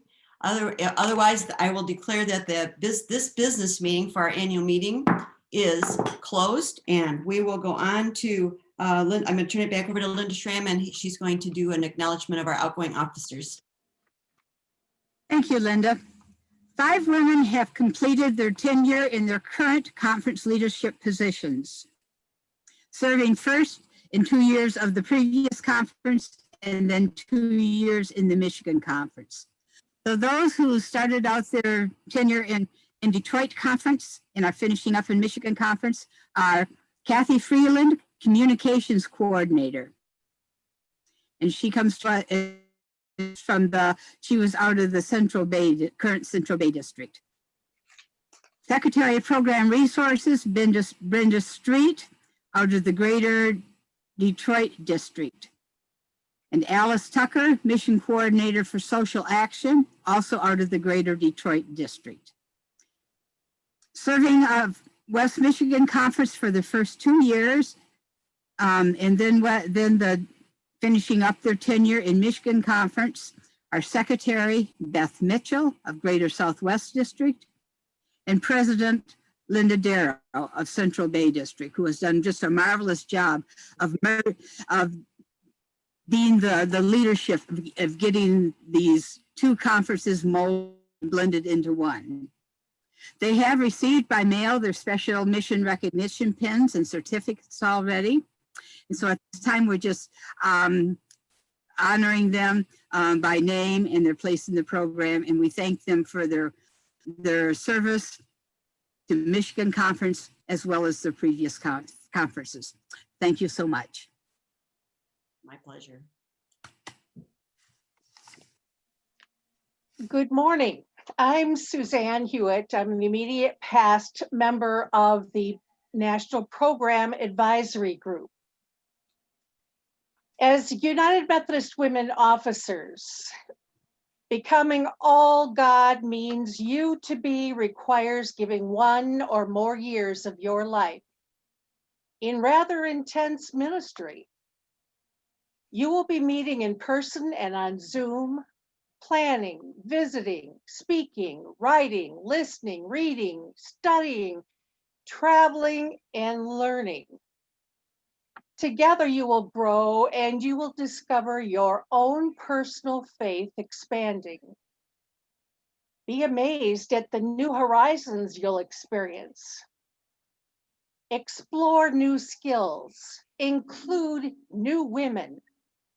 Develop ways to impact your counterparts in districts and local units. Link up with national leadership and the UMW website for amazing resources. Celebrate faithful United Methodist women.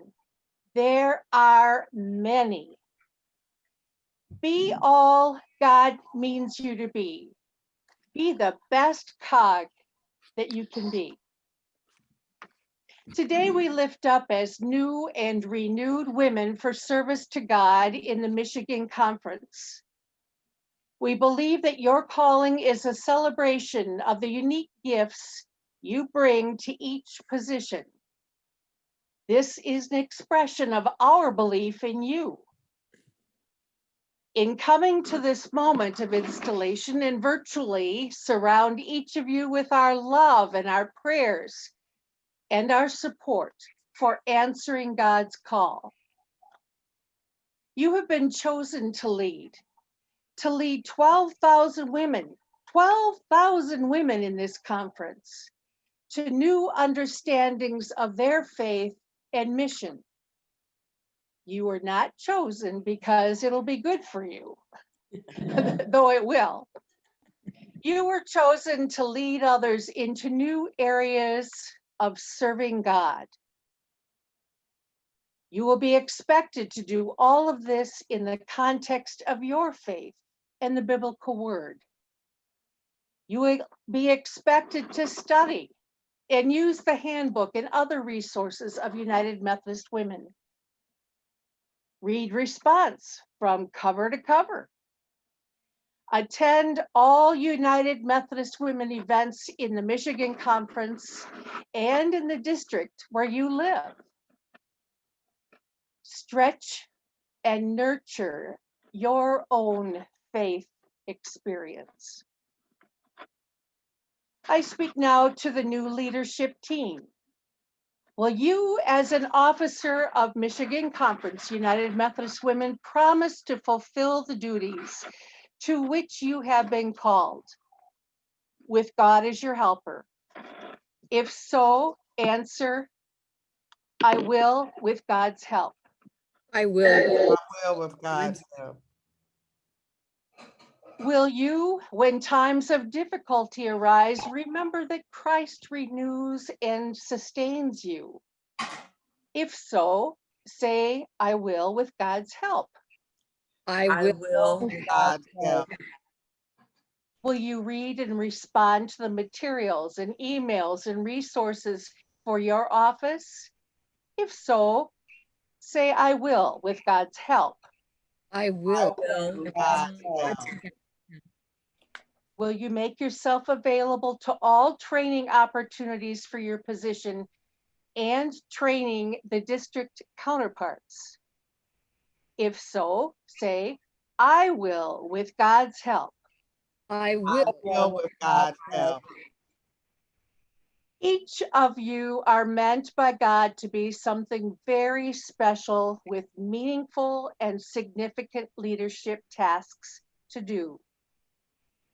I speak now to President Julia Paradine Rice from the Greater Southwest District. Julia, you are called out for a unique and special year of ministry as our conference president. The responsibility for the overall well-being of this conference is yours. You are called to be our advocate wherever you find yourself, and that will be in many and varied places, including the Michigan Conference Board of Laity and the board of the United Methodist Community House. Strengthen relationships with other leaders for effective teamwork and collaboration. Leaders such as the conference leader, visitors in mission,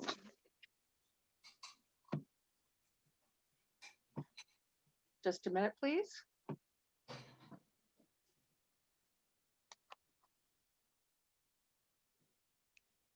Volunteers in mission coordinator, conference secretary of global mission, chair of commission on the status and role of women, otherwise known as COSRO. And get to know the Board of Justice and Bishop Bard and the cabinet. The women of this conference will want to meet you. Julia, listen to them, care for them, and lead them into new experiences and growth. Julia, will you work to build a conference team that will work together in love and will demonstrate a caring commitment to our missions? If so, answer, I will with God's help. I will. I speak now to Wally. Vice President Waltha Gay Levitt from the Mid-Michigan District. You could be called the right-hand gal to President Julia. You may be called to perform the duties of the president in her absence. Work to build the programming team, gathering new ideas and helping them to be creative in their work for the women of this conference. Other duties, if assigned, may include promoting ecumenical relations in the conference. For example, interpreting and encouraging attendance at the events of Church Women United and the World Federation of Methodist and Uniting Church Women. Wally, will you guide the Michigan Conference United Methodist Women Leadership Team and its responsibility for planning and implementing events to strengthen our mission and fulfill the United Methodist Women purpose? If so, answer, I will with God's help. I will with God's help. Ethel, as secretary from the Greater Grand Rapids District. Ethel, you are called to the important task of documenting the history of our conference, a calling both to accuracy and thoughtfulness. Study to know all the correct terminology so you can keep a clear and accurate history of this conference organization.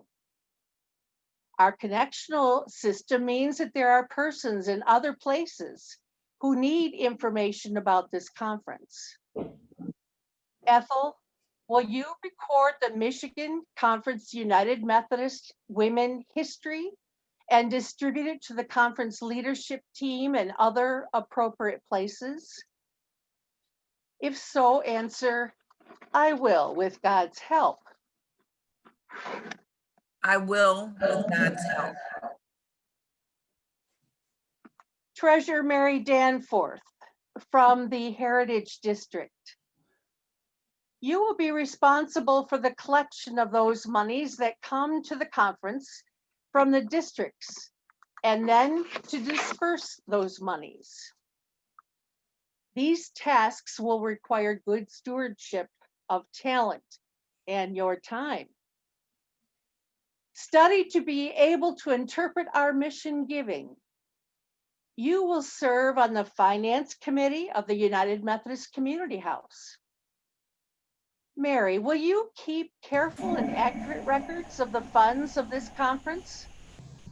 If so, answer, I will with God's help. I will with God's help. These next four officers bring gifts and ministry to the very core of this conference of United Methodist Women by attending to our spiritual growth, by nurturing and reaching out to our district and local church leaders, by keeping in front of us our mission in the world through education and interpretation, and of energizing our mission to justice through social action. Ruth, as mission coordinator for spiritual growth from the Northern Waters District, Ruth, help us understand the connection between personal spiritual development and mission, between personal spiritual development and mission as expressed through social and global involvement. Help organize and promote worship, prayer, and meditation at our events, and provide devotions at meetings. Incorporate language and images into spiritual growth that are inclusive of and affirming to women, people of color, people with disabilities, and thoughtful toward Native peoples and social climates. Ruth, will you encourage us to faithfully study and develop a personal theology utilizing the annual Mission U Spiritual Growth Study, issues of the Response magazine, and the United Methodist Women Program Book and Prayer Calendar? If so, answer, I will, with God's help. I will, with God's help.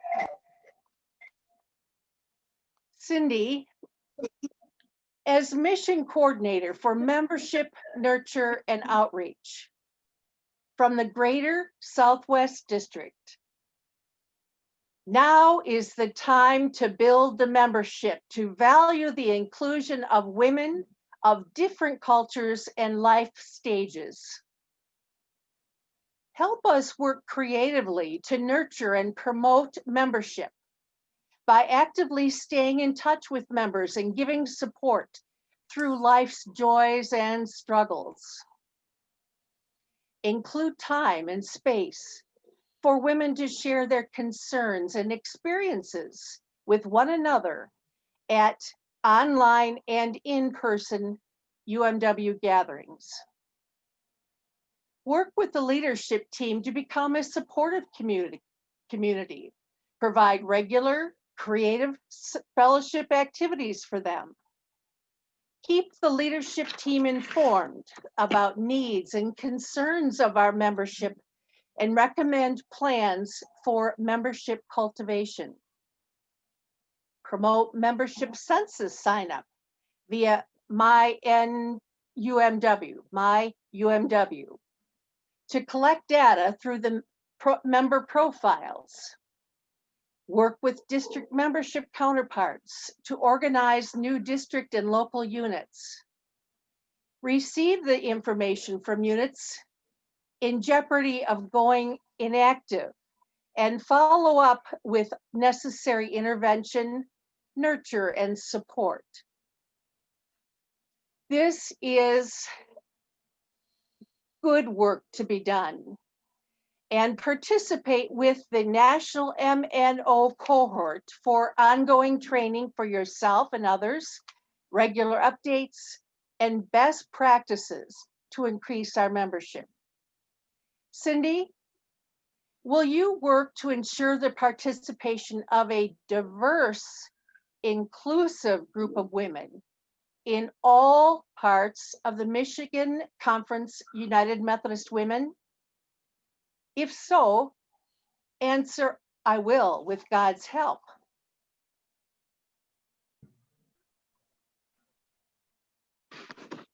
I trust that she will, with God's help.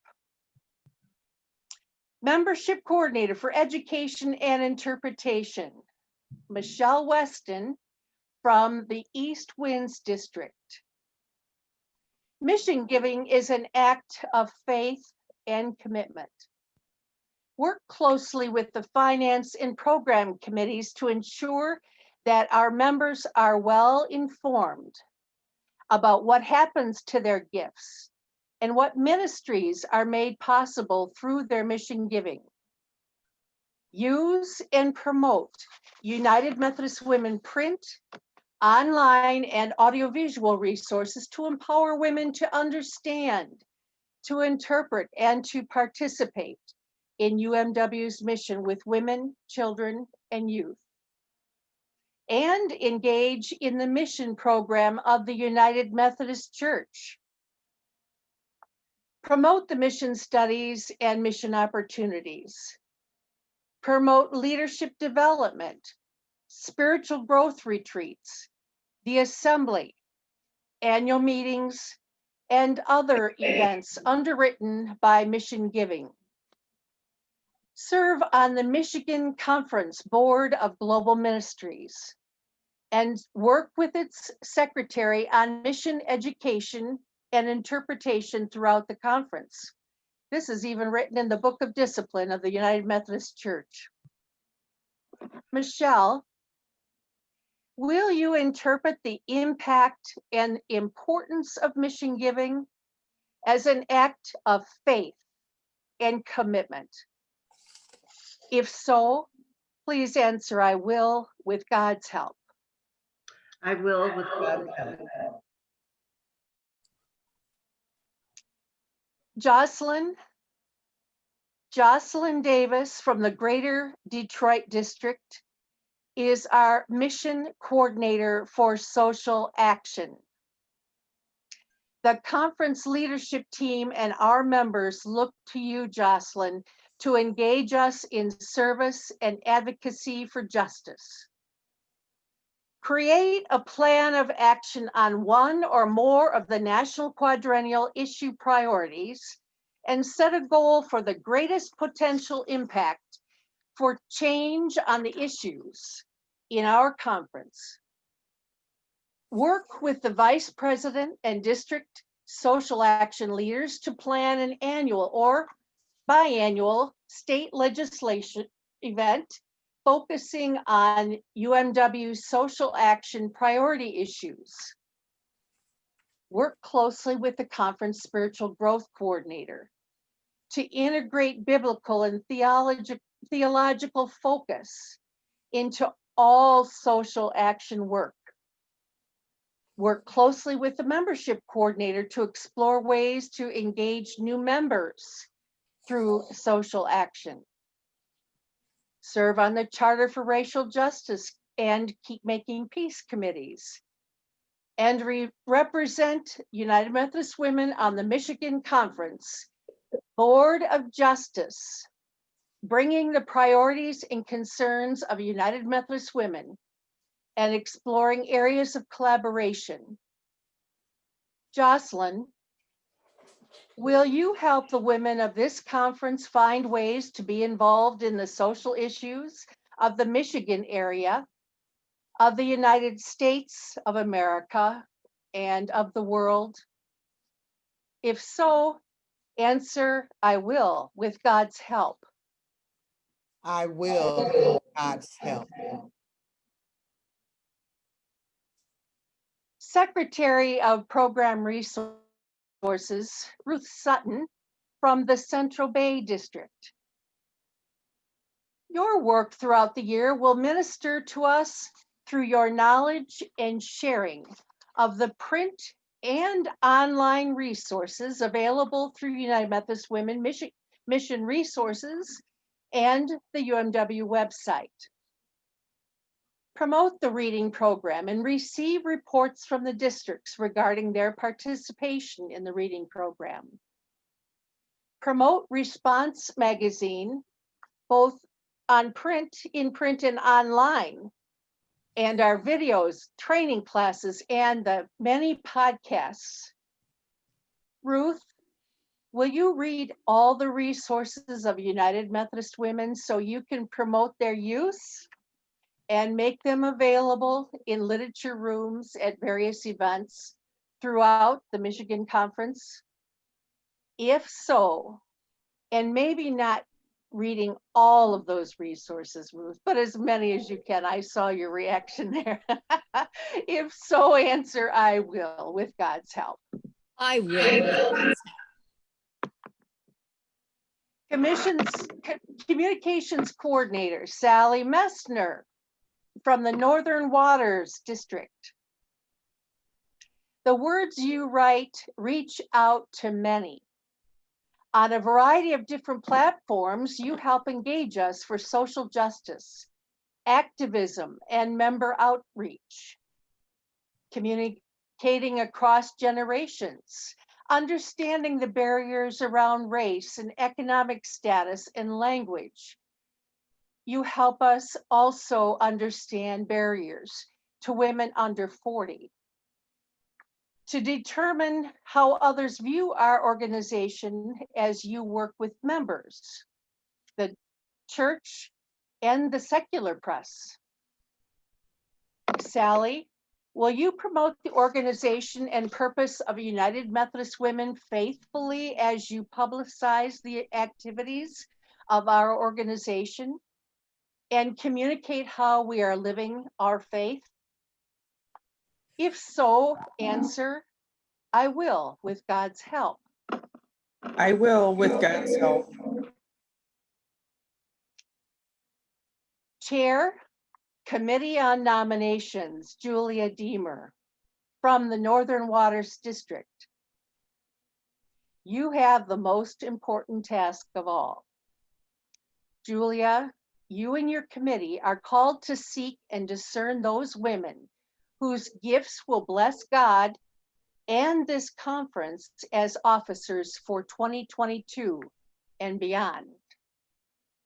The future years of this conference organization and the 12,000 women in it rests in your hands. Work to understand all the roles of these officers. Visit local units and district events, looking for new women and new talents. Keep accurate records of your committee's work. Julia, will you work as a team leader in this very important task? If so, answer, I will with God's help. And I trust she will with God's help. Other members of the Committee on Nominations, please hear the names of Patty Steinberg from Northern Skies, Evelyn Delaney from the Central Bay District, Shirley Chappell, Midwest District, Joyce Plumoff, Mid-Michigan, Linda Schramm, East Winds District, Dory Litchfield, Greater Southwest, Carol Gorham from the Heritage District, Jimmy Jones, Greater Detroit. Now I turn to the Committee on Nominations and ask, will you work as a team in this very important task?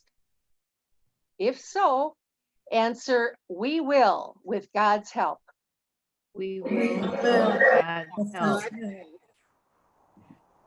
To the women of the United Methodist Women's Michigan Conference, members of this conference, will you be more diligent in your reading and studying to understand the purpose of this organization? Support these whom you have elected to be your leaders. Ladies, will you pray for them, encourage them, and call on them when they can help you? If so, answer, we will with God's help. We will with God's help. with God's help. Let us bow our heads in prayer. Gracious and loving God, bless each of these officers. Give them the courage and strength they will need in the coming year. Help them remember that you are there, that you do not faint or grow weary. They only need to stop a moment and wait for you to renew their strength.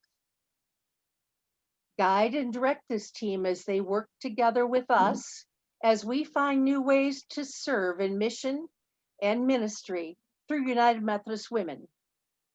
We are filled with thanks and praise, knowing you, God, are with us in all we do. Inspire our hearts when the tasks seem overwhelming. Inspire us to see a new vision of your justice and peace. Bless our work that it might truly reflect your love for all creation. In the name of Jesus Christ, amen. For 151 years and counting, bold United Methodist women have put faith, hope, and love in action by doing creative ministries in our churches, communities, and across the world. We are a women's movement still saying yes to God's call to mission with women, children, and youth. Thank each of you. Thank you. Michigan Conference, United Methodist Women, I am proud to present your new leadership team. Go serving the Lord with gladness and thanksgiving. I now introduce the mission coordinator for social action.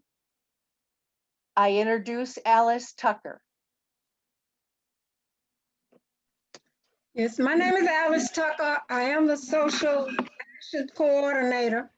And I would like to bring to the table some social justice priorities we have for the upcoming quadrennial. As advocates for women, children, and youth, we are faced with many social issues. Cut on your TV, listen to your radio, read your newspaper, just listen.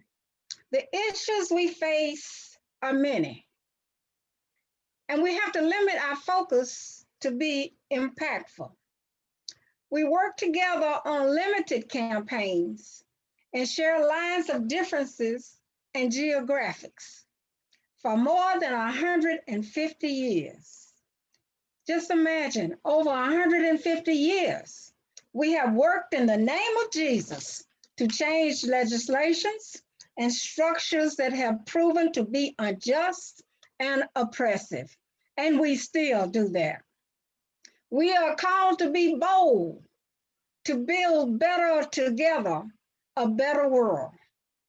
Our priorities for 2021 through 2024 include mass incarceration, criminalization of communities of color. Our main focus in this area will be to interrupt the school to prison pipeline, which I found very interesting this morning coming from our speaker. We got a good overview of it. The other issue, climate justice, will focus on just energy. But the mass incarceration part is we have to remember those in prison, especially with the COVID-19. There's a demand for a lot of these people to be released because they are confined. And there are measures put in forth if they get out to prevent sanitation from being out of control. And there's a need to suspend co-pays for prison visits. And we have to help incarcerated people to stay connected to their loved ones, either by phone chats, messaging, postal service, and other means of in-person visits. Sometimes in-person visits mean you can't be directly there. That's why they have the phone chats and stuff. And so, but we can't use this as an excuse to criminalize people of color.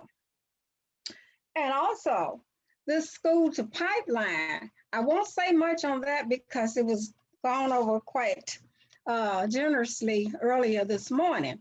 But what I will say is that we have to find a way to avoid the pipeline. The United Methodist Women will be concentrating on this as the year comes up. 2021, you know, is just around the corner. And we must remember too, that there are higher rates of school-related arrest and removal from the school system. This is where a lot of it starts. And we have excessive expulsions from the school, peak children are arrested. And I mean, it's just little stuff that get them into trouble so early in life. But as United Methodist Women, we try to talk to these kids and we try to become part of the school system to understand what's going on out there. And together, the United Methodist Women and all these different organizations, we can help. But as United Methodist Women, we have to grow our leadership skills to interrupt this awful thing that is happening to our young people. We must educate ourselves. That's a very, very important thing. And a lot of us, we bring gifts to the table and we are just trying to make the campaign to interrupt the pipeline a successful one. And some of the ways to avoid this is to recognize positive behavior. And there must be a way to create fairness and equality for all students, no matter what conditions, whether they are impoverished, disabled, or colored. Schools and families have the power to divert students from school to prison pipeline. It will take work, people, and it will take action, but it can be done. It can be done by taking a few steps that are just natural. Recognize positive behavior. Work with police departments and court systems to limit arrests at school. Explain infractions and the prescribed punishment to the student body. Train teachers on using positive behavior modification for at-risk students. Use home and family intervention design to create behavior modification for families and students. These are some of the things that we just have to do. That's what we have to do to look forward to protecting our young people. And as 2021 rolls around, get involved in the school to prison pipeline. Stay with the United Methodist Women on this. And the climate justice. I have to give you a little feed on the climate justice. We are destroying our world. Some is called climate change or global warming or whatever you want to call it. The temperatures are different, they're changing. And well, global warming refers to the long-term warming of the planet. And of course, you know that's happening. Climate change encompasses the warming, but refers to a broader range of changes that are happening to our planet. I was surprised to read about a mountain climber climbing up a mountain and fell because where he would usually throw the pick where they pull themselves up, it fell out, the rock came down because even in the mountains, the snow is melting. So we have got to do something about that. It's the evaporation of water. Just everything is happening. But we have got to act now. If we don't act now, it will soon be too late. We have to bring ourselves into this, and we have to learn that it is real. It's real, people, and it's not going anywhere unless we do something about it. And we are our biggest problem, because we have got to learn how to deal with the fossil fuels that we burn and all of that. And burning these fuels put heat trappings of gas in the air. And there are things that happen. Look at the forest fires. There are so many forest fires now. And they burn, I mean, it used to be maybe they burn a few thousand acres. Now they're burning millions of acres. The size of different states are still on fire. And look at the climate where the water, the rain is coming and the storms and the hurricanes that have popped up.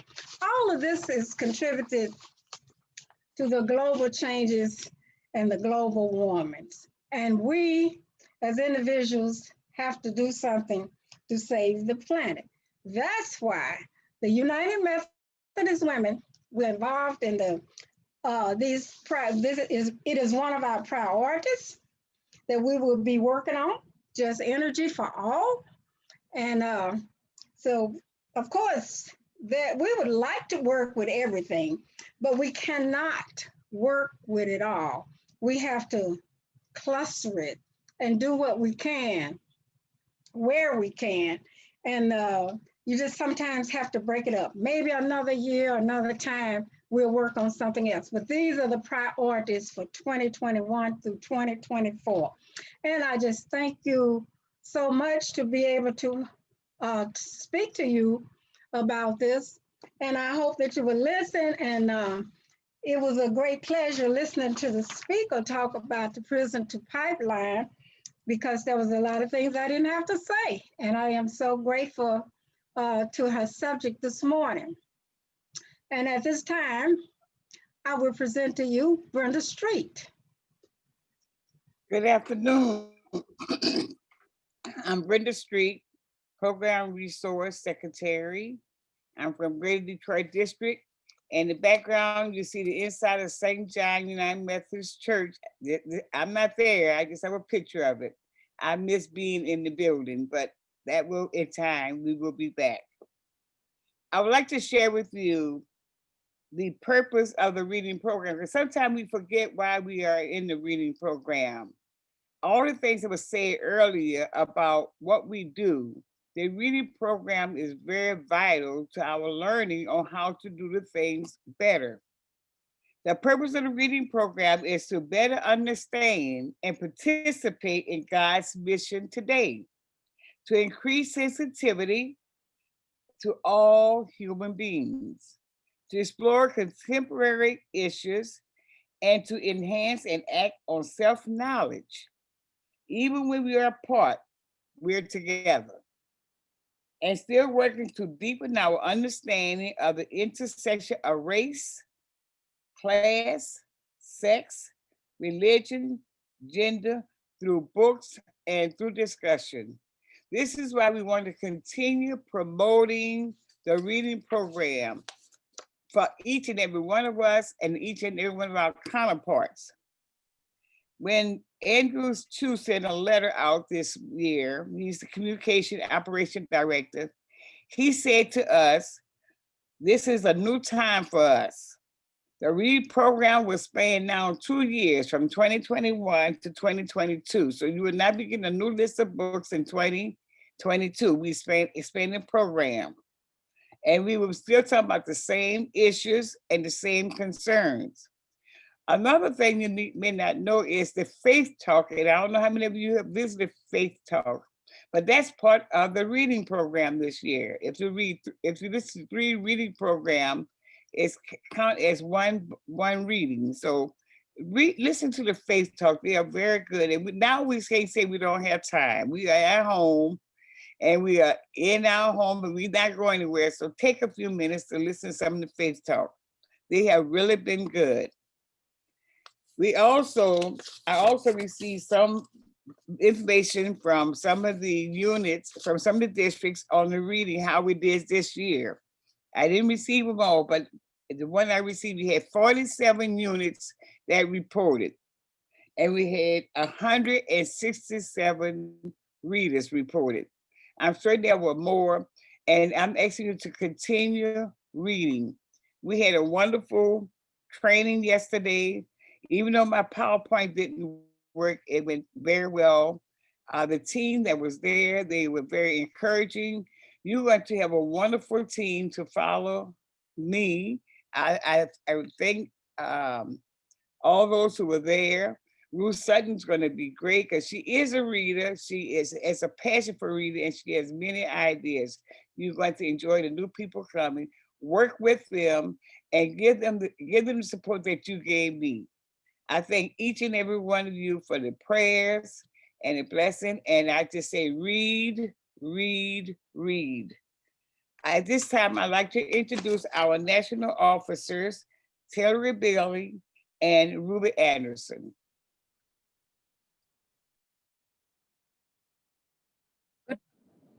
Good morning. My name is Taylor Bailey. I'm your former National Director, effective October 10. I attend the Trinity Faith United Methodist Church in Detroit.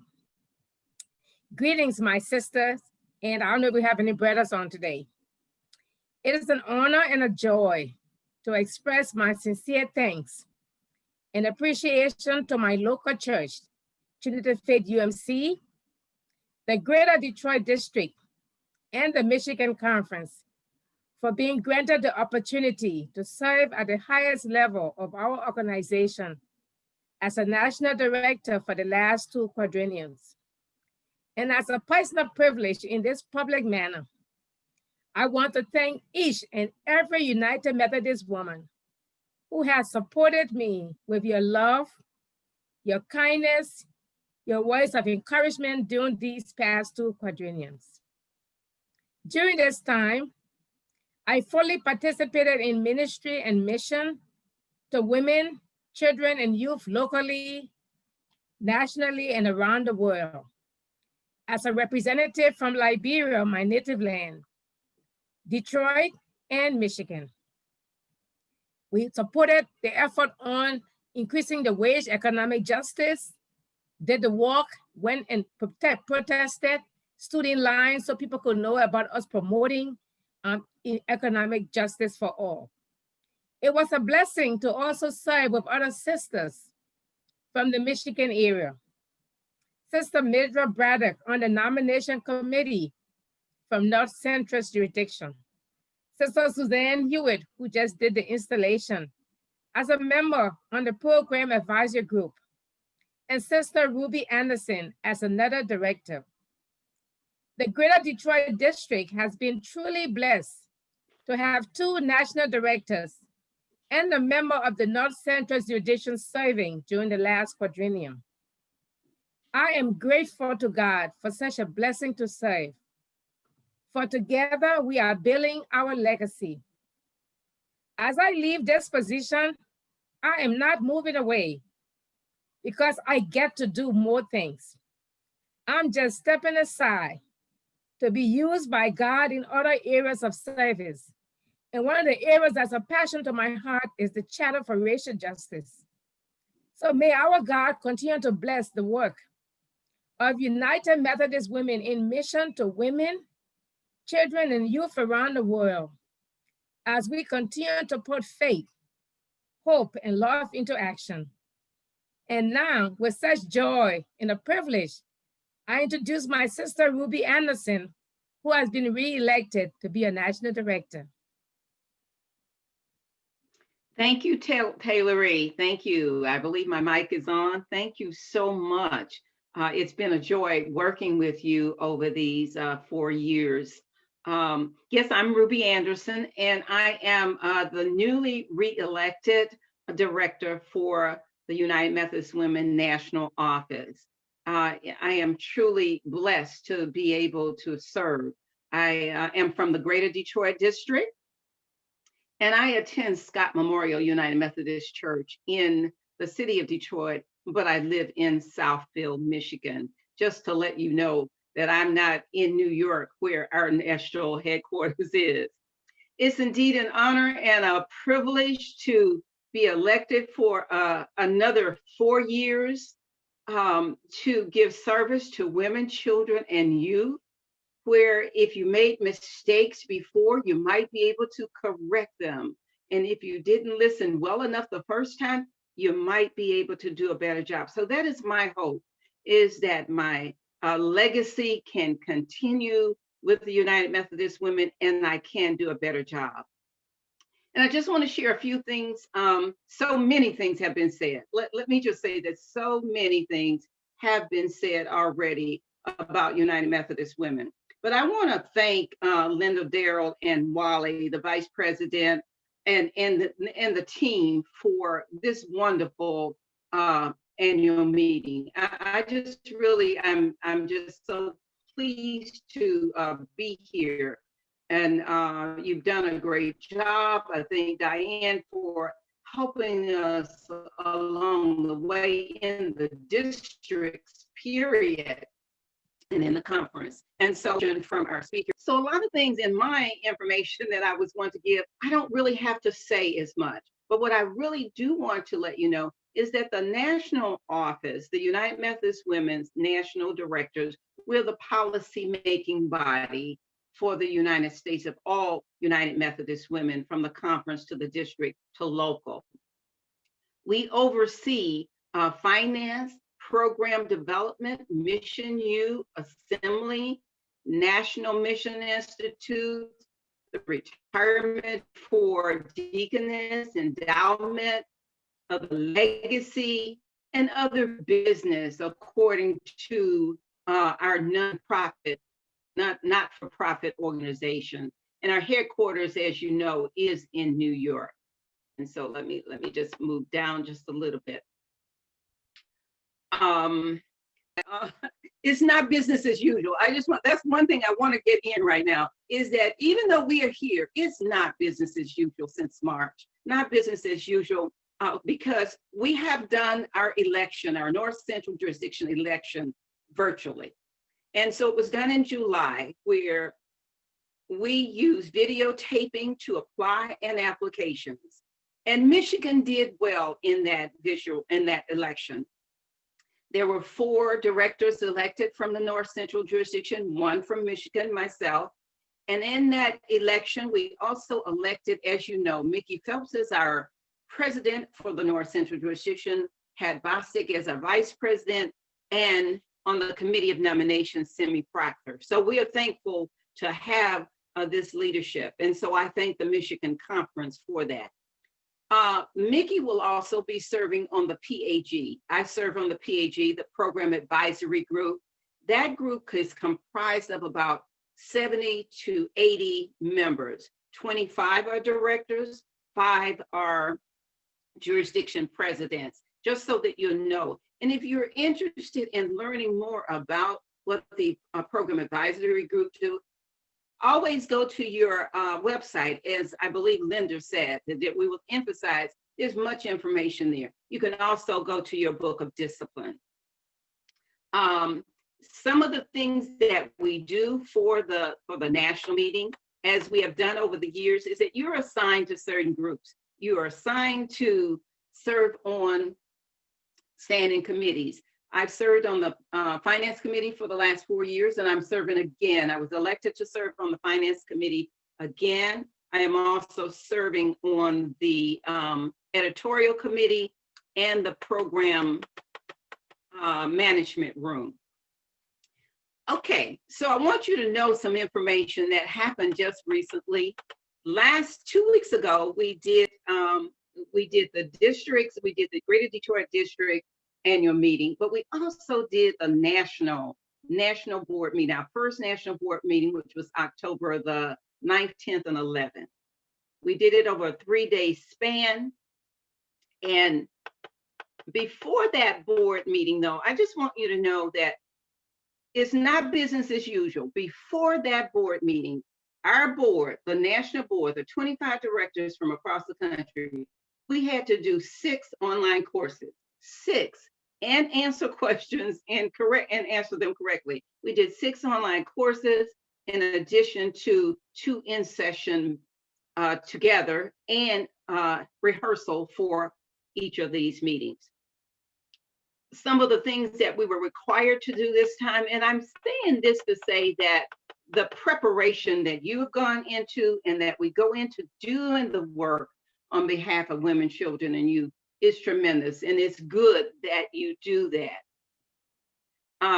Our committees met as we were online. We met visually. We went into break rooms to determine what the committees would be doing.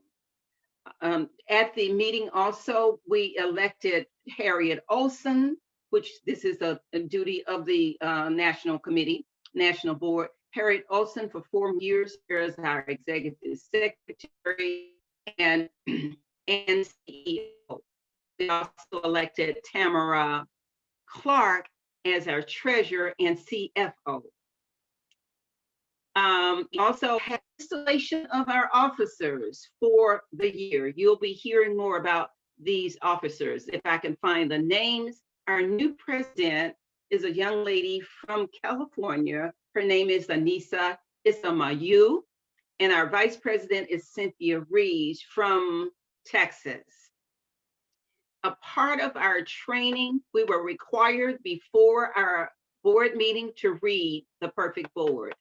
The Perfect Board was a book on our list of reading, I believe several years ago, which I highly recommend. The Perfect Board by Calvin Clements. He was also our workshop leader. We were glad to have him there in person. Well, not exactly in person, but virtually in person as our workshop leader. So we were very pleased to have that. On our first day, we had Bishop Linda Lee as our opening bishop for our program, which was wonderful. So we did the Perfect Board. We did all 6 classes. We did rehearsals. So it's not business as usual, but we're getting better. We are doing some things better.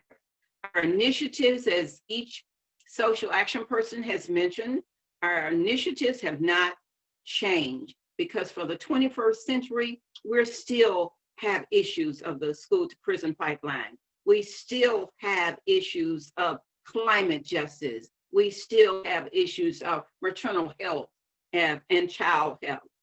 We still have issues of a wage, an effective and right wage for everyone. I'm not saying it exactly as I want to say it, but a fair wage for everyone. And so the United Methodist Women are dedicated to helping just causes for racial justice, Black Lives Matter, eliminating institutional racism. And our speaker did a great job in explaining a lot of those things that many may not have realized, but many of the things you do realize. During this time of pandemic, let me just try to see if I can, during this time though, of the pandemic, we are interested in how each other are doing. I'm thankful for the virtualness that we're able to do for our meetings, but nothing I don't think really replaces real hugs. As Linda Darrell always said, she's a hugger, we're huggers. Nothing replaces being able to be around people. And so I pray always for us all too, that God will show us how to do a new thing. And he is showing us, it is opportunity. I want to share just a few facts for you. In terms of money, you know that mission giving, our pledges, is over 47% of our budget. The Michigan Conference, I want to congratulate because 2019, you went over your pledge. Currently, 2020 is trending down because of the pandemic and many things, but the year isn't over. And as we talked about, as the treasurer talked about and Harriet talked about, the needs are great. The needs are still there. So continue to give. So some of the monies that we may be driving, we might want to write them, put them in a check for the legacy fund or for mission giving. And so as we continue to seek to do the job across the country, we as board members, PAG members, we are interested in connecting with every district, every conference, every local church, because membership, without growing membership and building relationships, we cannot exist. And so as you're in your various units and your conferences, please remember to recruit people. Ask them, let them know how good we are and the great work that we do. so that we will continue our legacy over the next 150 and more years. One of the things that I do want to emphasize as we do programs is that the United Methodist Women has a safe sanctuary policy. Many of you know that. And you can go online to the UnitedMethodistWomen.org to find information if you go under sustainability guidelines. But always we are looking to prevent, be aware, and respond to anything that affects vulnerable persons. Some facts to consider is that different ways of giving, because we're in this situation different. Business is not as usual. God is doing a new thing. We are doing some new things that may not have pleased us at first, but we are growing into knowing that it is what he would want us to do. As he told the Israelites that they were in bondage, he said to them, quit moaning and groaning and, be fruitful, multiply, build houses. And so it is just so great that we would realize, as Harriet was saying, framing, these are opportunities. I know myself, I've had to pray through many of things, but I know that God is doing a new thing and it's new opportunities. Our investments, even though, let me just share with you from a financial perspective, even though our giving is down and we're going to be working to bring it up, we, the United Methodist Women, are still stable. We're not in the red. That's good to know. We are not in the red. Many organizations and committees will say, because of this and that, we, can't pay our bills, we can't do that. I just want to say that's not the fact right now. That is not the fact. And we will continue to work for that not to happen. And so continue to give because you love. We continue to give because we care. We care on behalf of women, children, and youth throughout the world. Our legacy. I want to share with you that our legacy campaign, we've come to 50%, at least. I believe it was 60 million that we were trying to raise. Well, 60 million is a lot. However, we are over the 50% mark, and we will continue to work on legacy so that the next 150 years plus, United Methodist Women will still be going on. It's exciting. So go on and see all of this exciting stuff that's going on in spite of this pandemic. There are many sad things that go on, but when you know and see Christ and know that he is doing a new thing, we can lift ourselves above and be the bold women that we should be. Information about leadership coming up. Those of you that are in new offices, there's a leadership training January the 28th through the 30th. New officers and some local officers will be invited. It will be virtual. We are hoping that perhaps our March board meeting with the PAG and the board of directors, March the 11th through the 14th.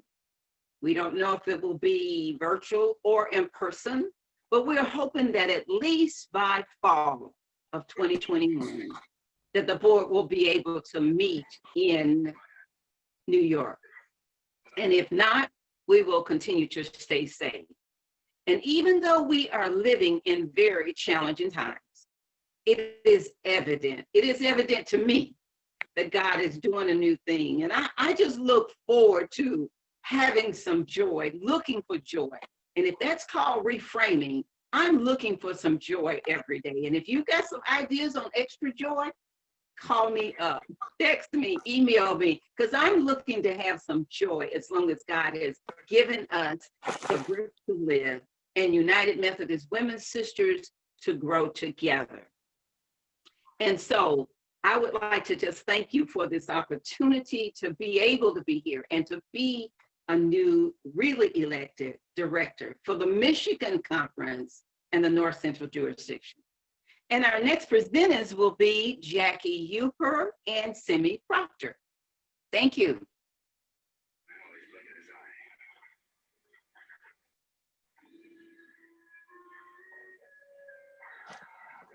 I am Simi Proctor, and I am the Mission U current past dean of the Michigan Conference. Some of the things when I was listening to this morning about reframing, we had to reframe this year with some Mission U stuff, and it turned out to be really good. We did a virtual study on finding peace in an anxious world. And if you did not go to the website and do this, I encourage you to continue to do it. It's a good study. It is good for your small groups. And I think a lot of people benefited from it because we could not be there with each other, but we could still take this video and do it in our groups and still have some sort of effect on how anxiety affected us this year.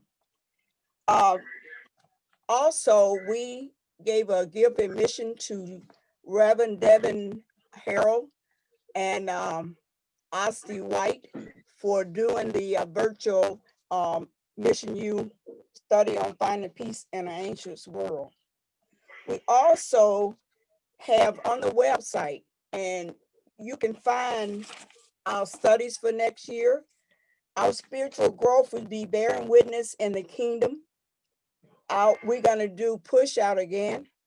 And our workshop, we're going to do a workshop on finding peace in an anxious world, because we think that this would be really helpful.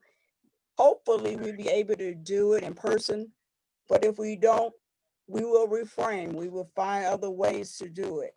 Also, we found that even though we wasn't together, we had a lot of time that we could reflect on how we will do things in the future. So we're looking forward to, as my time ends, it's been a blessing to serve with Jackie as co-dean for the Michigan Conference. We had wonderful time getting to know each other. And I pray that next year when we have new leaderships, that it will be just as blessing to them. And now I will turn it over to Jackie.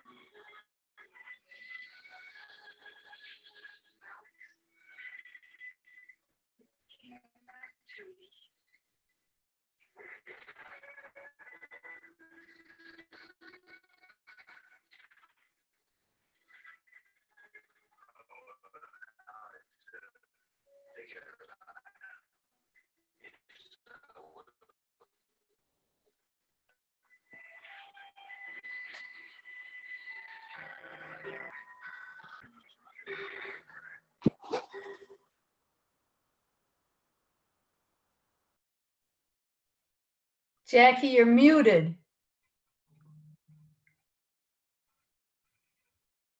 Like she can't unmute. Okay, she can't unmute. So somebody else needs to. Simi, can you finish what Jackie was going to say?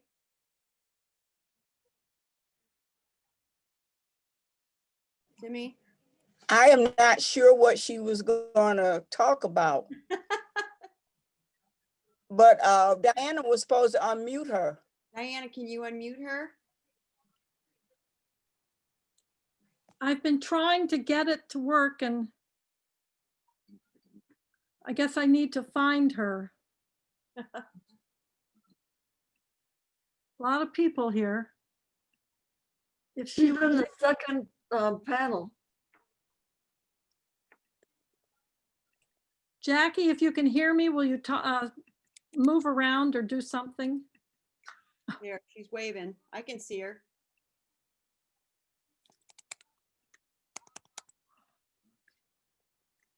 Okay, let's see. Is this any better? Second panel. Boy, we were doing so, there she is. Okay, let's see if I can get her. I keep asking her to unmute and she's not doing it, so. And I can't do it. It's not letting me do it.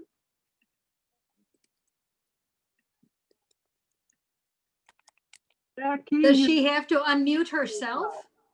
Yeah, there should be something come up, and she can't use her cursor.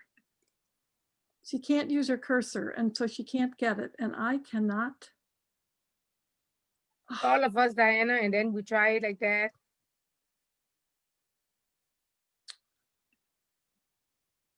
Unmute all of us. Yes, because she said she was having issue earlier. So just unmute all of us. That won't help. No, because it just says ask all to, Unmute. and she'd have to do it, and she can't do it. I think she has to unmute herself like I did. I had to unmute myself. Yeah, but her cursor's not working, so she can't do it. Oh, okay. Okay. If you press the space bar, you can temporarily unmute yourself. So if you just hold down the space bar, it should work. And Did you hear that, Jackie, about the space bar? Yeah, it's not working either. She was having trouble with it. I'll go to the next Okay.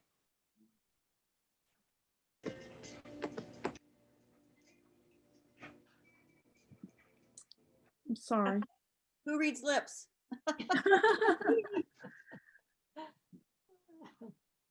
Wants to oh, somebody needs a call? Oh. She was going to introduce Nisha, I think, right? Okay, Yes, well, okay. Nisha. We'll introduce Nisha. Okay, Simi or Mickey, can one of you sort of take over here for a minute? I'm sure that you know that she wanted to introduce Nisha. Okay, we have a new dean coming up. It's Nisha Maria Guy. She is not a stranger to any of us, but she's never been Mission U Dean, and we like to welcome Nisha. And will you have something you'd like to share with us at this time, Nisha? Morning, everyone. Yay! It's an opportunity, and I'm a little earlier than I had planned, but I'm looking forward to it. Mission U is so very important to all of us and to the future of the church in general. It gives United Methodist Women the tools that we need to be the leaders in our churches and communities. We know that. We've seen that. Those impacts. There's one out my back door too. Nisha? Yeah. Could you hold just a minute? I want to mute all and then unmute you.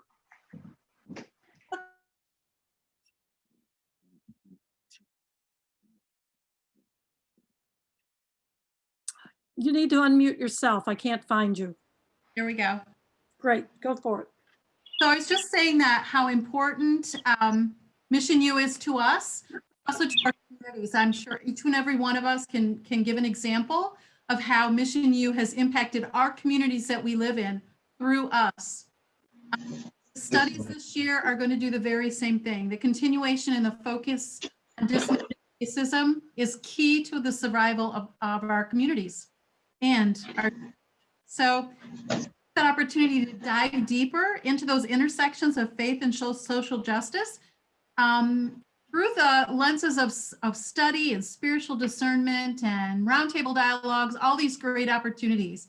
So I really encourage each and every one of you to bring a friend. Listed in the program are the dates and locations of the schools coming up. And bring a friend, bring youth, bring children. This is key. I can't stress it more. And there's so many different choices and opportunities to do Mission U that I think you'll find a fit somewhere. I've been to all the locations and there's opportunities in all locations. Just extend that welcome and to you to come to Mission U, and I look forward to serving in this capacity.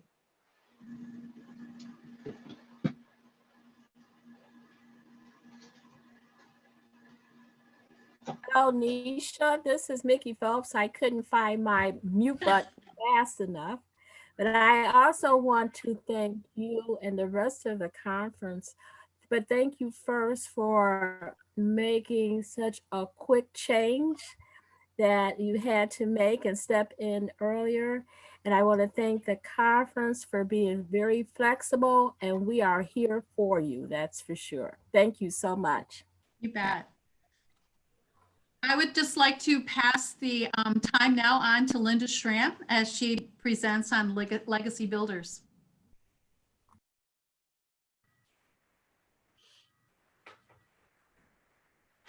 In case people didn't notice, I do have my legacy shirt on. And they're supposed to run a legacy video. And watch for my next newsletter article on specific ways where you can quite easily continue with the legacy giving. So Diana, is the video ready to go? Yes, thank you.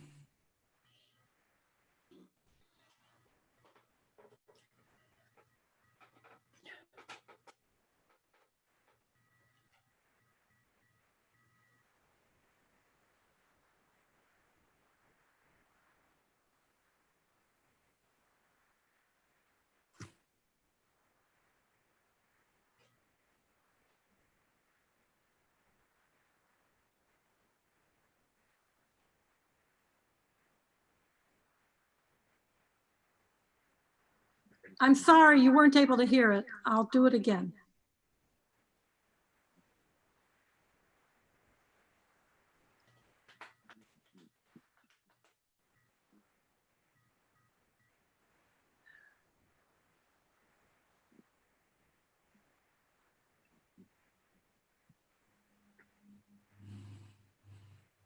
The Legacy Fund is a way that our foremothers have walked with us side by side in mission over the last 150 years.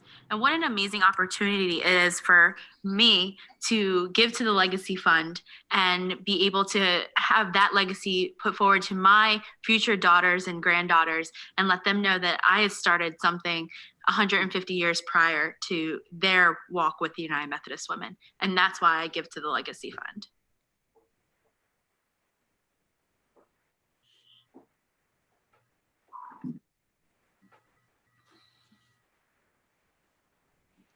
And so as I say, watch for the next newsletter article on ways to be a part of it. And at this time, I'd like to introduce Time for Remembrance with our mission coordinator for Membership, Nurture, and Outreach.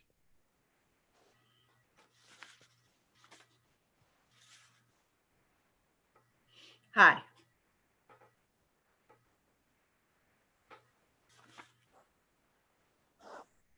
Go ahead, Cindy. Hi, I'm Cindy Thiel and I'm welcome you to this wild and crazy, exciting gathering. Please bear with me as we all gather at our screens for the memorial service of the Michigan Conference of United Methodist Women. In this time of quarantine, I would like to read from the 2 Timothy, starting with verse 3. Paul is separated from his friends. I think he's in jail when he writes this. I thank God whom I serve as my foremothers did, with a clear conscience, as night and day I constantly remember you in my prayers. Recalling your tears, I long to see you so that we may be filled with joy. I have been reminded of your sincere faith, which first lived in your grandmother Lois and in your mother Eunice, and I am persuaded now lives also in you. What you heard from me, keep as a pattern of sound teaching with faith and love in Jesus Christ. Guard the good that was entrusted you. Guard it with the help of the Holy Spirit who lives in us. I think this is a very appropriate verse for we're so far from each other and it's so hard to remember and to keep connected and have that faith. Let us begin our memorial service. There are heavenly bodies and there are earthly bodies, but the splendor of the heavenly bodies is one kind and the splendor of the earthly bodies is another. The natural body comes first and after that the spiritual. We will be changed in the flash when the Lord comes for us. Dear God of time and eternity, we gather in your presence to honor the memories of those who lived among us and who have gone on to eternity in this past year. Holy Spirit, we are here to thank you for the sacredness of life. May our lives be enriched by good examples and the legacies of those whom we remember today. Amen. At this time, I would like you to call out loud and clear the names of those you want to honor today, and maybe a sentence about that person. Are you ready? Please do it now. Erna Gould, faithful servant. Ivy McClure, very good friend. Jermaine Knox from Flushing died of the COVID. She was one of the first people that any of us knew to die of COVID, and she was a UMW member, lovely lady. Claire Vanderlaan from the Midwest District, a long time beloved United Methodist woman. Yvonne Peters, Scott Memorial United Methodist Church. Georgia Payne, Memorial United Methodist Church, Greater Detroit District, Georgia Payne. Johnny Brana, Trinity Faith UMC, longtime member, Greater Detroit District, died at 93 years old. Our sisters in the Congo who died in the massacre. Annalie Hoover and Dorothy Swordhout, longtime UMW members from Union City. Thelma Lohman, ex-conference treasurer, Royal Oak United Methodist Church.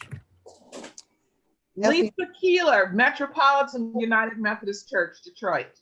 My computer. Effie Nelson, Sylvia Upchurch, St. Timothy United Methodist Church. Joanne Wills, Lansing United Methodist Church. June Pinkston, La Valley United Methodist Women. Corinne, Traverse City. Jeannie Dillingham, Bay City Grace.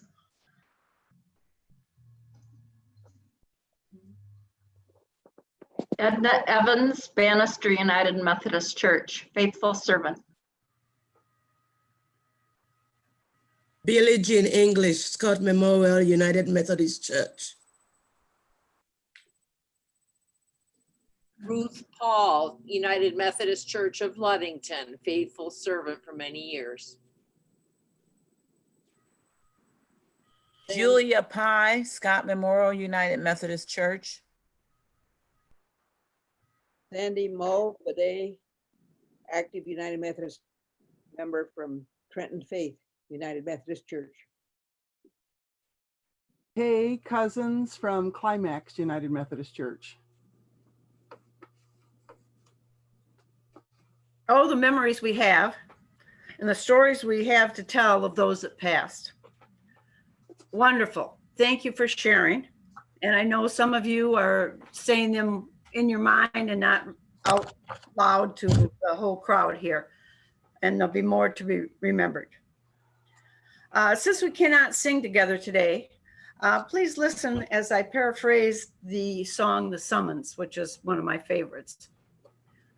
Will you come and follow me, but if I call your name? Will you go where you don't know and never be the same? Will you let my love be shown? Will you let my name be known? Will you let my life be grown in you and you in me? Will you care for the cruel and the kind? Will you risk the hostile stare? Should your life attract or scare? Will you let me answer prayer in you and you in me? Will you set the prisoner free? Will you kiss the leopard clean and do such as this unseen? And admit what I mean in you and you in me? Will you quell the fear inside? Will you use the faith you found to reshape the world around? Through my sight and touch and sound, in you and you and me. Lord, your summon echoes true. When you called their name, they followed and were never the same. In your company they go, where your love and footsteps show. Thus we will love and live and grow in you and you and us. In closing, dear God, may our lives be enriched by the good examples and legacies of those whom we remembered today. May our lives be found worthy by you, so that when the final roll call comes, we too will be embraced by your grace and led into your eternal and joyous presence. Until that day, enable us to work for your kingdom here on earth and make a difference in the world. Amen. Thank you. Now I'll turn the program over to Beth Mitchell from the Kalamazoo Westwood Church. Beth? Hi, this is Beth Mitchell again, coming to you this time as president of the Westwood United Methodist Women in beautiful Kalamazoo. I'm excited to invite you to my home church next October 23rd, 2021, for hopefully an in-person gathering for our third annual celebration and business meeting. The speaker for our event next year will be Emily Jones, National Executive for Racial Justice. I look forward to seeing all of you next year in Kalamazoo. Thank you. And thank you, Beth. What a great day this has been. Thanks to all those who have made this day happen. Special thanks to Diana, who has become a Zoom pro. And thanks to Linda Darrow, who has guided us through the uniting of the two conferences. What an amazing time this has been. Hopefully next year we can meet in person, but who knows? I've enjoyed some virtual meetings as I've been able to get to meetings or webinars that I normally wouldn't have been able to. And I have even taken some trips through Road Scholar. I want to thank everybody for all of their work at our team that they've put into this celebration. And I encourage you to look on the Michigan Conference website. There you can find videos from other districts and also from today. Since this is a new thing and my first year doing this, I would like as much feedback as I can get. So please fill out the evaluation forms and return them to me. On your program, you can find the conference website. You can find the Mission U dates and the studies. And so keep looking at the website, because it's an ever-changing plethora of information from national conference and district units. With that, I'd like to leave you with the peace prayer of Saint Francis. Lord, make me an instrument of your peace. Where there is hatred, let me sow love. Where there is injury, pardon. Where there is doubt, faith. Where there is despair, hope. Where there is darkness, light. And where there is sadness, joy. O divine Master, grant that I may not so much seek to be consoled as to console, to be understood as to understand, to be loved as to love.